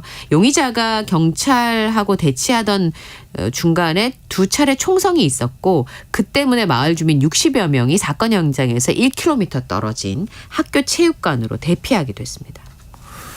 일본 사회 뭐 예전에 우리보다는 묻지마 범죄라는 게 더 먼저 일본에서 이슈가 되고 그렇죠. 그랬었잖아요. 많이 보도가 되기도 했고요. 도둑사라는 것도 네. 마찬가지인데. 근데 자꾸 총기 사고 나니까 이게 뭐 사회 병렬상이 좀 비슷하게 가면 안 되는 거니까 우리 사회도 사실은 맞습니다. 생겨날 수 있는 거잖아요. 네. 좀 이런 문제가 더 심각해지지 않았으면 좋겠어요. 일본 사회를 좀 반면교사 삼아서. 네. 지금 KBS 1라디오 김성환의 시사야와 함께하고 계십니다. 밤참스 계속 이어가겠습니다. 전북 군산시 모 요양원에서 요양보호사가 치매 환자를 학대했다는 글이 올라왔어요. 네. 이 아내가 이 내용을 게시판에 올리게 됐는데요. 요양원에 일회용 비닐봉지로 신체 부위를 묶어놨다는 제목의 글이 나왔습니다. 이거 예. 환자의 아내 되시는 분이었는데 이 남성의 경우에는 이 측두엽에 치매를 앓고 있어서 병원에 입원을 한 상황이었었는데요. 예. 장애 3급을 갖고 있습니다. 전두 측두엽 치매에 걸려서 거동조차 못하게 되면서 지난 2월에 이 요양원에 입소를 했는데요. 네. 요양원에 입소한 이후에 환자의 종아리와 겨드랑이가 짓무르기 시작했다는 게 가족들의 의혹입니다. 그리고 이날 커뮤니티 글에 올라온 내용은 지난 19일에 면회를 갔는데요. 남편이 좀 이상해서 아까 말씀드렸던 것처럼 자꾸 짓무르고 하니까 예. CCTV를 확인을 했더니 여자 입소자가 빤히 보는 상황에서 기저귀를 간 거예요. 그러니까 수치심을 느낄 수 있잖아요. 남자분인데. 네. 그래서 바로 퇴소를 시켰고요. 그리고 이제 기저귀를 바꿔주려고 풀었는데 이 말도 안 되는 상황이 벌어진 거죠. 일회용 비닐봉지 안에 속기저귀를 넣어서 신체 일부를 묶어놨더라는 겁니다. 예. 그리고 퇴소를 했습니다만 다른 그 요양원에서 이 남편분을 돌보던 그 직원분이 여전히 근무를 하고 있는 상황이래요. 요양보호사가. 예. 그러면 이 남성뿐만 아니라 다른 환자들에게도 혹은 또 그 요양원에 요양원에 있는 분들에게도 입소자들에게도 그런 상황이 반복되지 않겠냐 걱정이 된다라고 토로를 했습니다. 노인보호센터와 경찰에 해당 요양원을 신고했다고 하는데요. 이 글이 굉장히 많은 사람들에게 공감을 얻고 이 요양원은 철저한 조사가 필요하다라는 내용을 이제 알려지게 됐는데 경찰에서는 지금 관련 내용을 파악하고 있는 상황이고 가족들의 진술을 일방적으로 믿을 수 없기 때문에 정말 그런 학대가 있었는지 확인 중에 있습니다. 그리고 그 보건복지부에서도 해당 요양원을 조사 중에 있는데요. 예. 노인복지법에 따르면 65세 이상 노인을 학대하면 5년 이하의 징역이나 5천만 원 이하의 벌금, 상해를 입히면 7년 이하의 징역이나 7천만 원 이하의 벌금을 물게 되어 있는데요. 특히나 노인복지시설에 종사하는 사람이 노인학대를 저질렀을 때는 1.5배 가중처벌을 할 수 있습니다. 근데 이 글을 쓰신 분의 남편 되시는 분은 65세 미만이셔서 네. 관련법 적용을 못 받는다는 겁니다. 그래서 이 아내분이 뭐란 얘기했냐면 장기 요양 등급을 받아서 거동이 너무 불편하기 때문에 요양원에 입소를 했는데 65세라는 이유만으로 피해를 입어도 도움을 요청할 수 없다면 이건 부당하다라면서 호소하기도 했습니다. 요양원이라고 하는 시설의 정의를 그렇게 내려버린 거 아닌가 싶어요. 네. 그죠. 요즘에는 사실 나이가 그렇게 되지 않더라도 50대에도 요양원을 가는 경우도 있고 그렇잖아요. 네, 40대도 그렇습니다. 역시 뭐 마찬가지겠지만 인천의 한 요양원에서도 이런 학대라고 의심할 만한 일이 있었다고요? 항문에다가요 배변 매트 조각을 60대 간병인이 집어넣어서 경찰에 붙잡혔는데요. 이분은 피해자 가족들 얘기로는 환자분이 파킨슨 병을 앓고 있습니다. 그러니까 제대로 된 의사 표현이 굉장히 어려운 상황에서 악몽과 같은 시간을 보냈을 것이라면서 울분을 토했는데요. 장애인복지법 위반 혐의로 이 간병인 A 씨를 구속했는데 이 A 씨가 중국 국적을 가지고 있습니다. 지난달 21일부터 2주 동안 인천의 한 요양병원에서 수차례에 걸쳐서 배변 매트 4장을 항문에 집어넣은 혐의를 받고 있는데요. 경찰 조사에서 간병인이 묽은 변을 자꾸 봐서 기저귀를 자주 갈아줘야 되니까 변 처리 처리를 쉽게 하려고 그랬다라고 진술을 했다고 합니다. 근데 간호사가 처음에 이 상황을 발견을 했다고 합니다. 네. 근데 이 간병인에게 별다른 제지가 없으니까 좀 더 대담하게 범행을 저지른 것으로 보고 있는데요. 요양병원 원장이 관리를 소홀히 한 것으로 보고 장애인복지법 위반 혐의로 입건을 한 상황입니다. 딸이 온라인 커뮤니티에 이 글을 올리게 됐는데요. 입원한 지 2주밖에 안 돼서 아버지 잘 지내지는지 보려고 이제 요양병원에 갔는데 기저귀를 발견했다라는 내용을 하면서 아버지 상태가 굉장히 심각해서 응급실로 보냈고 검사를 해보니까 탈수, 폐렴, 콩팥 기능 저해, 배변을 못하는 건강이 급속도로 악화가 됐다는 거예요. 네. 요양병원에 들어가고 나서.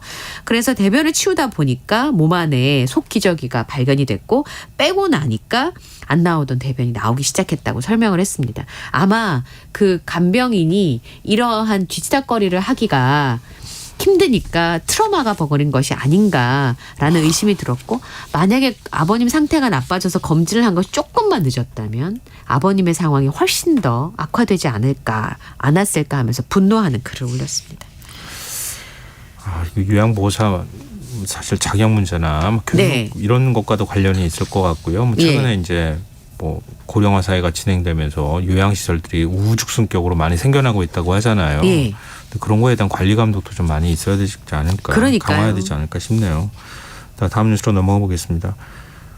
이거는 아마 영상으로 많이 보셨을 거예요. 오늘 기가 막혀가지고요. 그러니까요. 착륙하던 비행기 문이 열려서 지금 그 승객들이 뭐 과호흡으로 그 고통을 호소하고 네, 이런 일이 맞습니다. 있었어요. 병원 치료도 받고요. 예, 제주에서 대구로 가던 아시아나 항공의 여객기에서 비상문이 열렸습니다. 오늘 낮 12시 35분에 여객기가 250m 상공에서 착륙하던 중에 비상문이 10cm 정도 열려 있었는데 네. 2분 뒤에 착륙하자마자 완전히 열렸습니다. 이유는 비상구 쪽의 좌석에 30대 승객 A씨가 앉아 있었는데 비상구 문고리를 잡아당겨서 문을 열어버린 상황이었는데요. 당시에 승객 4명이 타고 있었는데 이 범행을 저지른 사람이 키가 되게 크더라고요. 체격이 남성인데 네. 183cm에 100kg입니다. 그러니까 키가 굉장히 컸고 덩치가 좋았기 때문에 쉽게 승무원들이 제압을 하지 못한 상황이었는데요.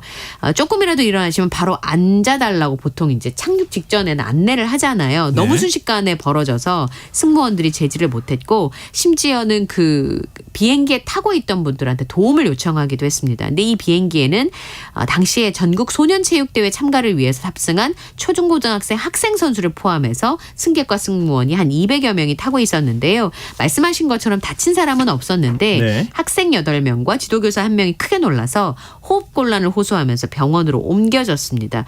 이 남성을 붙잡아서 경찰에 조사를 하고 있는데 30대이거든요. 예. 가족들 얘기를 들어보면 우선 협조하지를 않아서 조사하는 것이 좀 쉽지 않은 상황이고요. 최근 들어서 불안 증세가 굉장히 심각해졌다고 합니다. 예. 한 보도에 따르면 어머니가 설명하시기로 대구에 있던 이 남성이 1년 전쯤에 제주에 가 있는 여자친구와 함께 살았고 최근에 여자친구에게 이별 통보를 받았다고 전하기도 했는데요. 이번 사고로 해당 항공기가 수리를 받으면서 연결편으로 대구에서 제주로 가려던 승객들이 2시간가량 더 기다리는 일이 벌어지기도 했습니다. 술을 마시진 않았다고 해요. 혼자 탑승했고.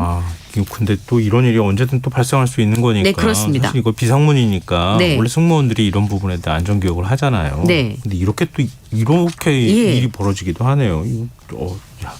이것도 그렇다고 막 닫아둘 수도 없는 거고 말이죠. 걱정됩니다. 자, 오늘 밤 참수 여기까지 하겠습니다. 지금까지 이영경 뉴스캐스터와 함께했습니다. 고맙습니다. 감사합니다.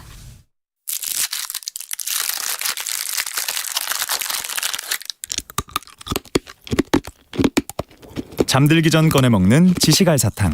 김성환의 시사야.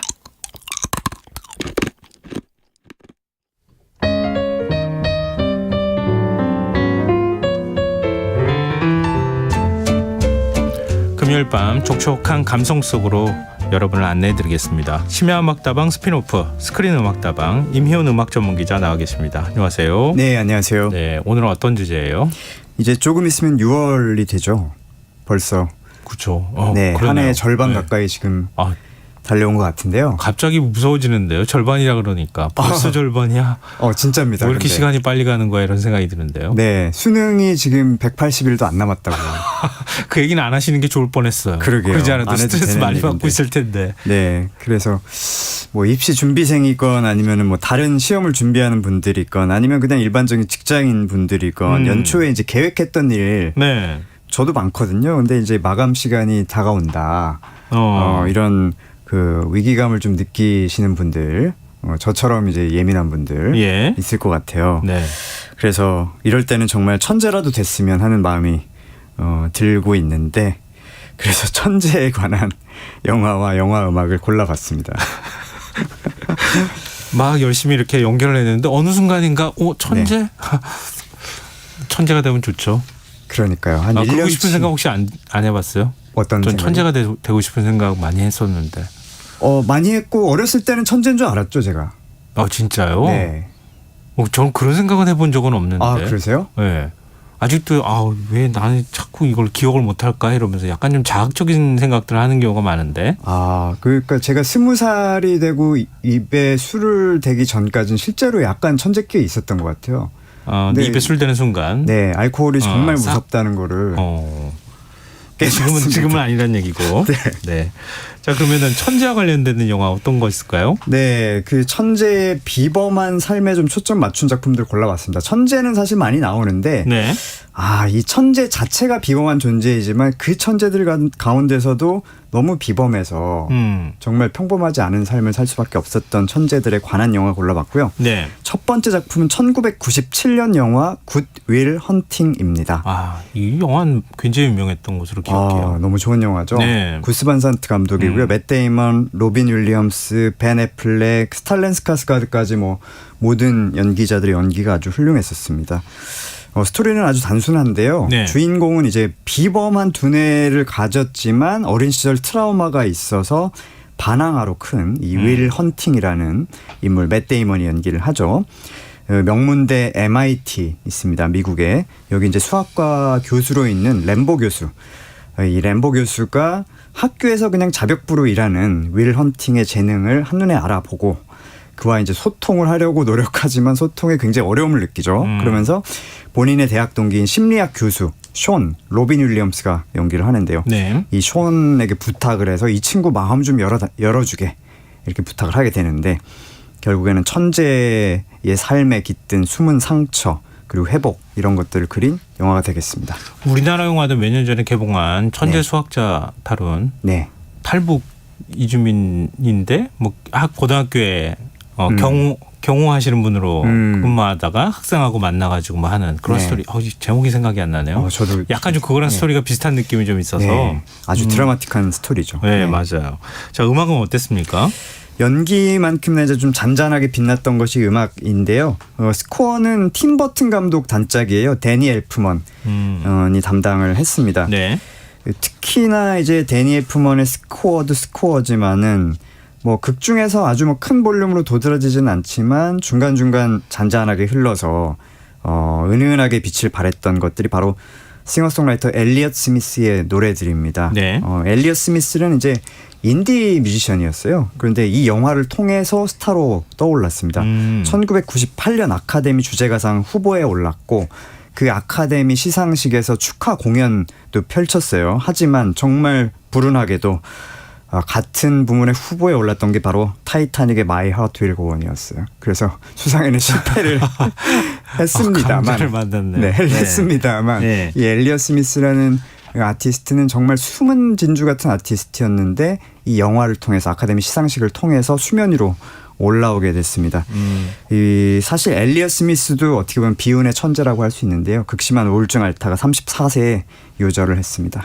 그렇군요. 아까 그 우리나라 한국 영화 말씀했었잖아요. 청취자분들도 막 알려주셨어요. 최민식 주연의 영화 이상한 나라의 수학자. 맞네요. 예. 네. 저도 보고 본 기억은 있는데 왜 제목이 생각이 안 나는지. 제목이 좀 기네요. 그런 것 같아요. 근데 저도 이 영화 본 것 같은데 본 지 너무 오래됐잖아요. 음악이 기억이 하나도 안 나요. 특히 엘리엇 스미스 곡이 한 4곡 정도 수록이 되었는데 아마 영화에서 너무 작은 볼륨으로 나와서 나중에 따로 감상해 보시면 이 엘리엇 스미스 매력 제대로 느끼실 수 있을 것 같아요. 오늘은 영화 마지막에 나왔었던 예. 미스 미저리라는 곡 준비해봤어요. 듣고 오겠습니다. I'll fake it through the day with some help from Johnny Walker Red. Send the poison rain down the drain to put bad thoughts in my head. With 2 tickets torn in half and a lot and nothing to do. Do you miss me? Miss misery like you say you do. Men in the park read the lines in my hand. Told me I'm strong and hardly ever wrong. I said, man, you mean you had plans for both of us that involved a trip out of town to a place I seen in a magazine that you'd left lying around. I don't have you with me, but I keep a good attitude. Do you miss me? Miss misery like you say you do. I know you'd rather see me gone than to see me the way that I am when I am in the life anyway. Next door, the TV's flashing blue, frames on the wall. It's a comedy of errors, you see. It's about taking a fall, to vanish into oblivion. It's easy to do, and I try to be, but you know me, I come back when you want me to. Do you miss me? Miss misery like you say you do.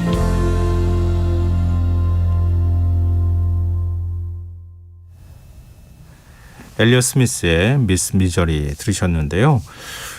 이게 어느 장면에 이 영화 음악이 들어가는 거예요? 마지막 장면이죠. 이제 윌 헌팅이 자동차 타고 떠나는 장면. 어쩐지 딱 그 느낌이에요. 그렇죠. 뭔가 이렇게 종결하는 느낌 있잖아요. 그렇죠. 약간 해방감을 느끼는 때 약간 이런 음악 깔리면 되게 분위기 있잖아요. 맞아요. 사실 그 장면에서 훨씬 더 밝은 곡을 선곡했어도 더 어울리고 아마 관객이 더 들을 수도 있었을 거예요. 제 개인적인 의견이지만. 하지만 이런 곡 미스 미저리 같은 곡을 그 장면에 깔았기 때문에 그 영화의 여운이 훨씬 더 길게 남았던 걸로 저는 생각을 합니다. 여운이라는 단어하고도 음악적 분위기가 좀 비슷한 것 같네요. 네. 너무 활기차면은 이거 영화가 끝나는 거야. 이게 다시 또 2편 나오나? 뭐 이런 기대하게 되잖아요. 좀 그런 그렇죠. 게 그리고 있죠. 전형적인 할리우드 엔딩이 되죠. 알겠습니다. 노래 한 곡만으로도. 자 그러면 또 우리 두 번째 작품 어떤 거 보면 좋을까요? 네, 두 번째 작품은 음악 천재에 대한 이야기입니다. 네. 그 클래식 천재에 대한 영화고요. 1996년 작품 샤인이라는 작품이에요. 호주의 실제 천재 클래식 피아니스트 데이빗 헬프갓의 생애를 다룬 그 픽션이 되겠고요. 네. 호주 감독 스콧 힉스가 연출을 했고 이 헬프갓 역할 맡은 제프리 러시 아카데미 주연상 받았습니다. 스토리는 간단합니다. 호주의 가난한 유대인 가정에서 자란 이 데이빗 헬프갓 정말 어린 천재인데요. 네. 이 부친이 정말 많이 가혹해요. 이 피터가 1등만을 요구하는 그런 속에서 아주 힘든 유년 시절을 보내게 됩니다. 부친 반대로 미국 유학도 못 가고 결국에는 이제 홀로 영국으로 떠나게 되는데 이 콩쿠르 출전을 위해서 라흐마니노프 피아노 협주곡 3번 연주에 도전을 하면서 벌어진 이야기가 되겠습니다. 청취자 1802님께서요. 네. 나중에 샤인도 소개해 주세요 그랬는데 지금 샤인 딱 한 거예요. 와, 소름 깜짝 돋네요. 놀라셨을 것 같은데요. 이야. 베토벤 삶하고 좀 비슷한 측면도 있네요. 이 데이비드 헬프가죠. 네. 그렇죠. 굉장히 드라마틱하고 뭐 정신분열증을 앓고 그 뒤에 뭐 절반의 재기죠. 약간 천재성하고 이렇게 연결되는 그런 측면이 좀 맞아요. 있는 것 같아요. 맞아요. 근데 지금 이제 라흐마니노프 얘기하셨잖아요. 네. 관련된 음악이 들어가 있을 것 같은데요. 네, 맞습니다. 라흐마니노프 특히 피아노 협주곡 3번이 아주 중요한 소재로 등장을 하고 난이도가 아주 높기로 유명한 곡이 바로 피아노 협주곡 3번이고 벤 클라이번 콩쿠르에서 이제 임윤찬 씨가 피날레로 연주를 해서 또 많은 사람 감동시켰던 그런 곡이기도 한데 예. 그 임윤찬 이전에 바로 거의 30년, 25년 전에 라흐마니노프 열풍을 불러일으켰던 것이 바로 이 영화 샤인이었어요. 그랬군요. 네, 라흐마니노프는 1943년에 별세를 했어요. 그리고 데이비드 헬프가비치 1947년생이니까 네. 상당히 현대에 근접했던 클래식 작곡가이고 심지어 라흐마니노프 본인이 연주한 음원들이 남아 있습니다. 그렇겠네요. 네, 시기상으로. 그렇죠. 그리고 지금 나이가 아주 많은 분들 중에서는 현존하는 분들 중에 라흐마니노프 직접 만난 분들도 그래요. 있을 수 있어요. 그 정도임에도 불구하고 먼 옛날의 전설처럼 이렇게 회자가 되는 거 보면 라흐마니노프가 얼마나 뛰어난 음악가였는지 알 수 있을 것 같고요. 영화 스코어는 호주 음악가죠. 데이비드 허시펠더가 맡았습니다. 역시 데이비드 헬프갓이 직접 연주한 여러 곡들이 또 영화를 대표하고 있습니다. 자, 그러면 어떤 곡 들어보면 좋을까요? 이 데이비드 헬프갓이 연주한 이 곡은 라흐마니노프 곡은 아니고요. 림스키 코르사코프의 왕벌의 비행. 네. 이거 짧게 들어보고요. 바로 이어서 이 라흐마니노프 피아노 협주곡 3번 중에서 아주 일부 역시 데이비드 헬프갓이 연주한 버전을 이어서 들어보려고 합니다. 이렇게 두 곡을 연속해서 들어본 건 처음인 것 같은데요. 우리 시간에는. 네, 이게 각각 굉장히 짧아가지고요. 네, 붙여도 길지 않습니다. 네, 두 곡이 붙어 있다는 사실 기억하시면서 들으시면 좋을 것 같습니다. 듣고 오겠습니다.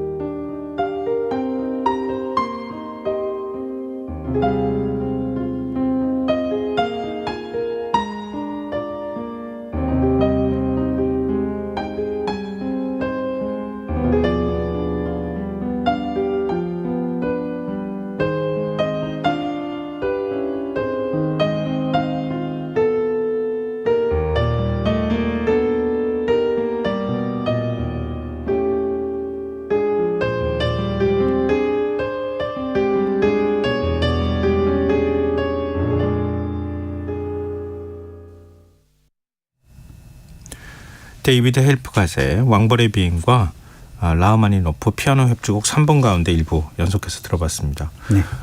왕벌의 비행이 이렇게 피아노 막 이렇게 건반 움직이는 거 탁 소리 듣고 많이 들어봤는데 하시는 분들이 있으셨을 것 같아요. 네, 좀 많이 익숙하시죠? 네. 네.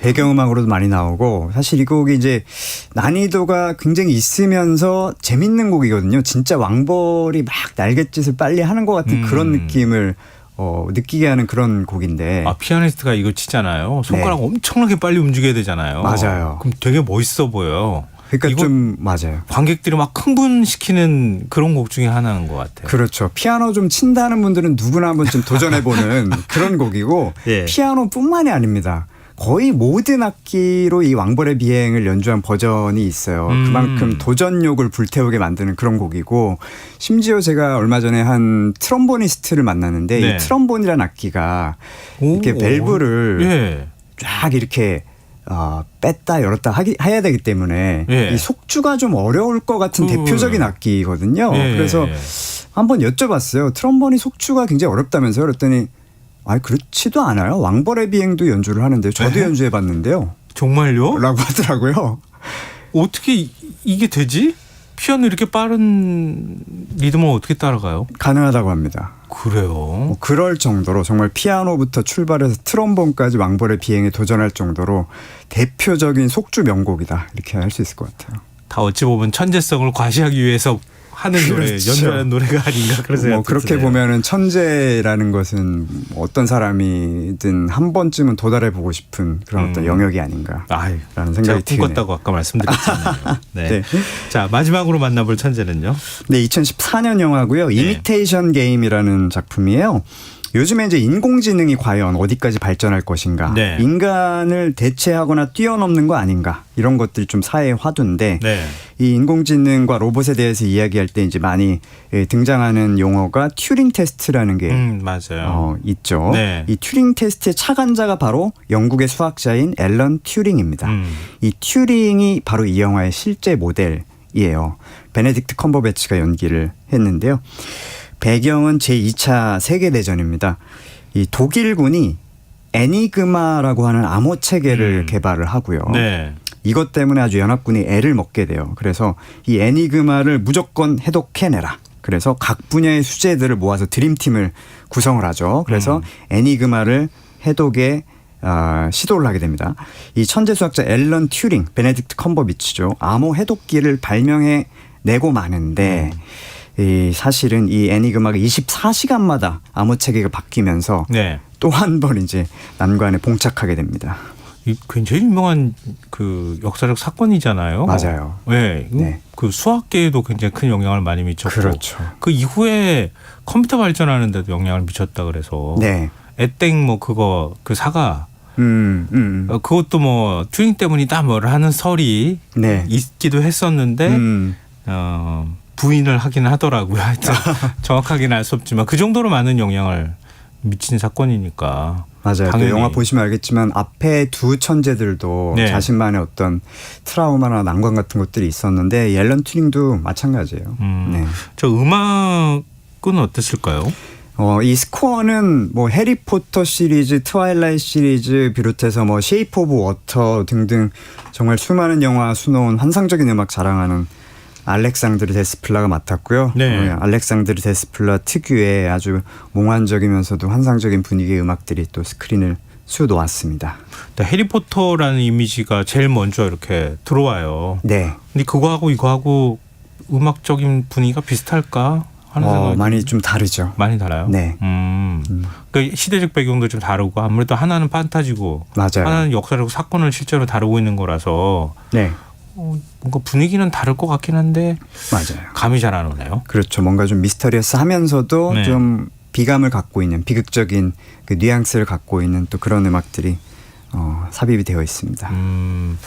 이게 천재들이 나오는 음악을 보니까 음악은 그렇게 아까 두 번째 영화 음악에서는 좀 천재성 같은 느낌들이 들어가 있는데 첫 번째 영화는 좀 아니었던 것 같고 이번 영화 분위기는 어떨까 궁금한데요. 첫 번째 영화도 천재성 저는 굉장히 좋아하는 천재 중에 한 명인데. 아니 그러니까 그건 네. 마지막에 나오는 네. 끝나는 장면에서 나오는 거였으니까 네. 음악으로는. 네. 예, 이 마지막 세 번째는 어때요? 어떤 음악이에요? 알렉산더 데스플라의 The Imitation Game, 이미테이션 게임의 뭐 테마곡이 되겠죠. 네. 이 곡을 한번 준비를 해봤습니다. 분위기는 영화를 보신 분은 잘 아실 수 있을 것 같습니다.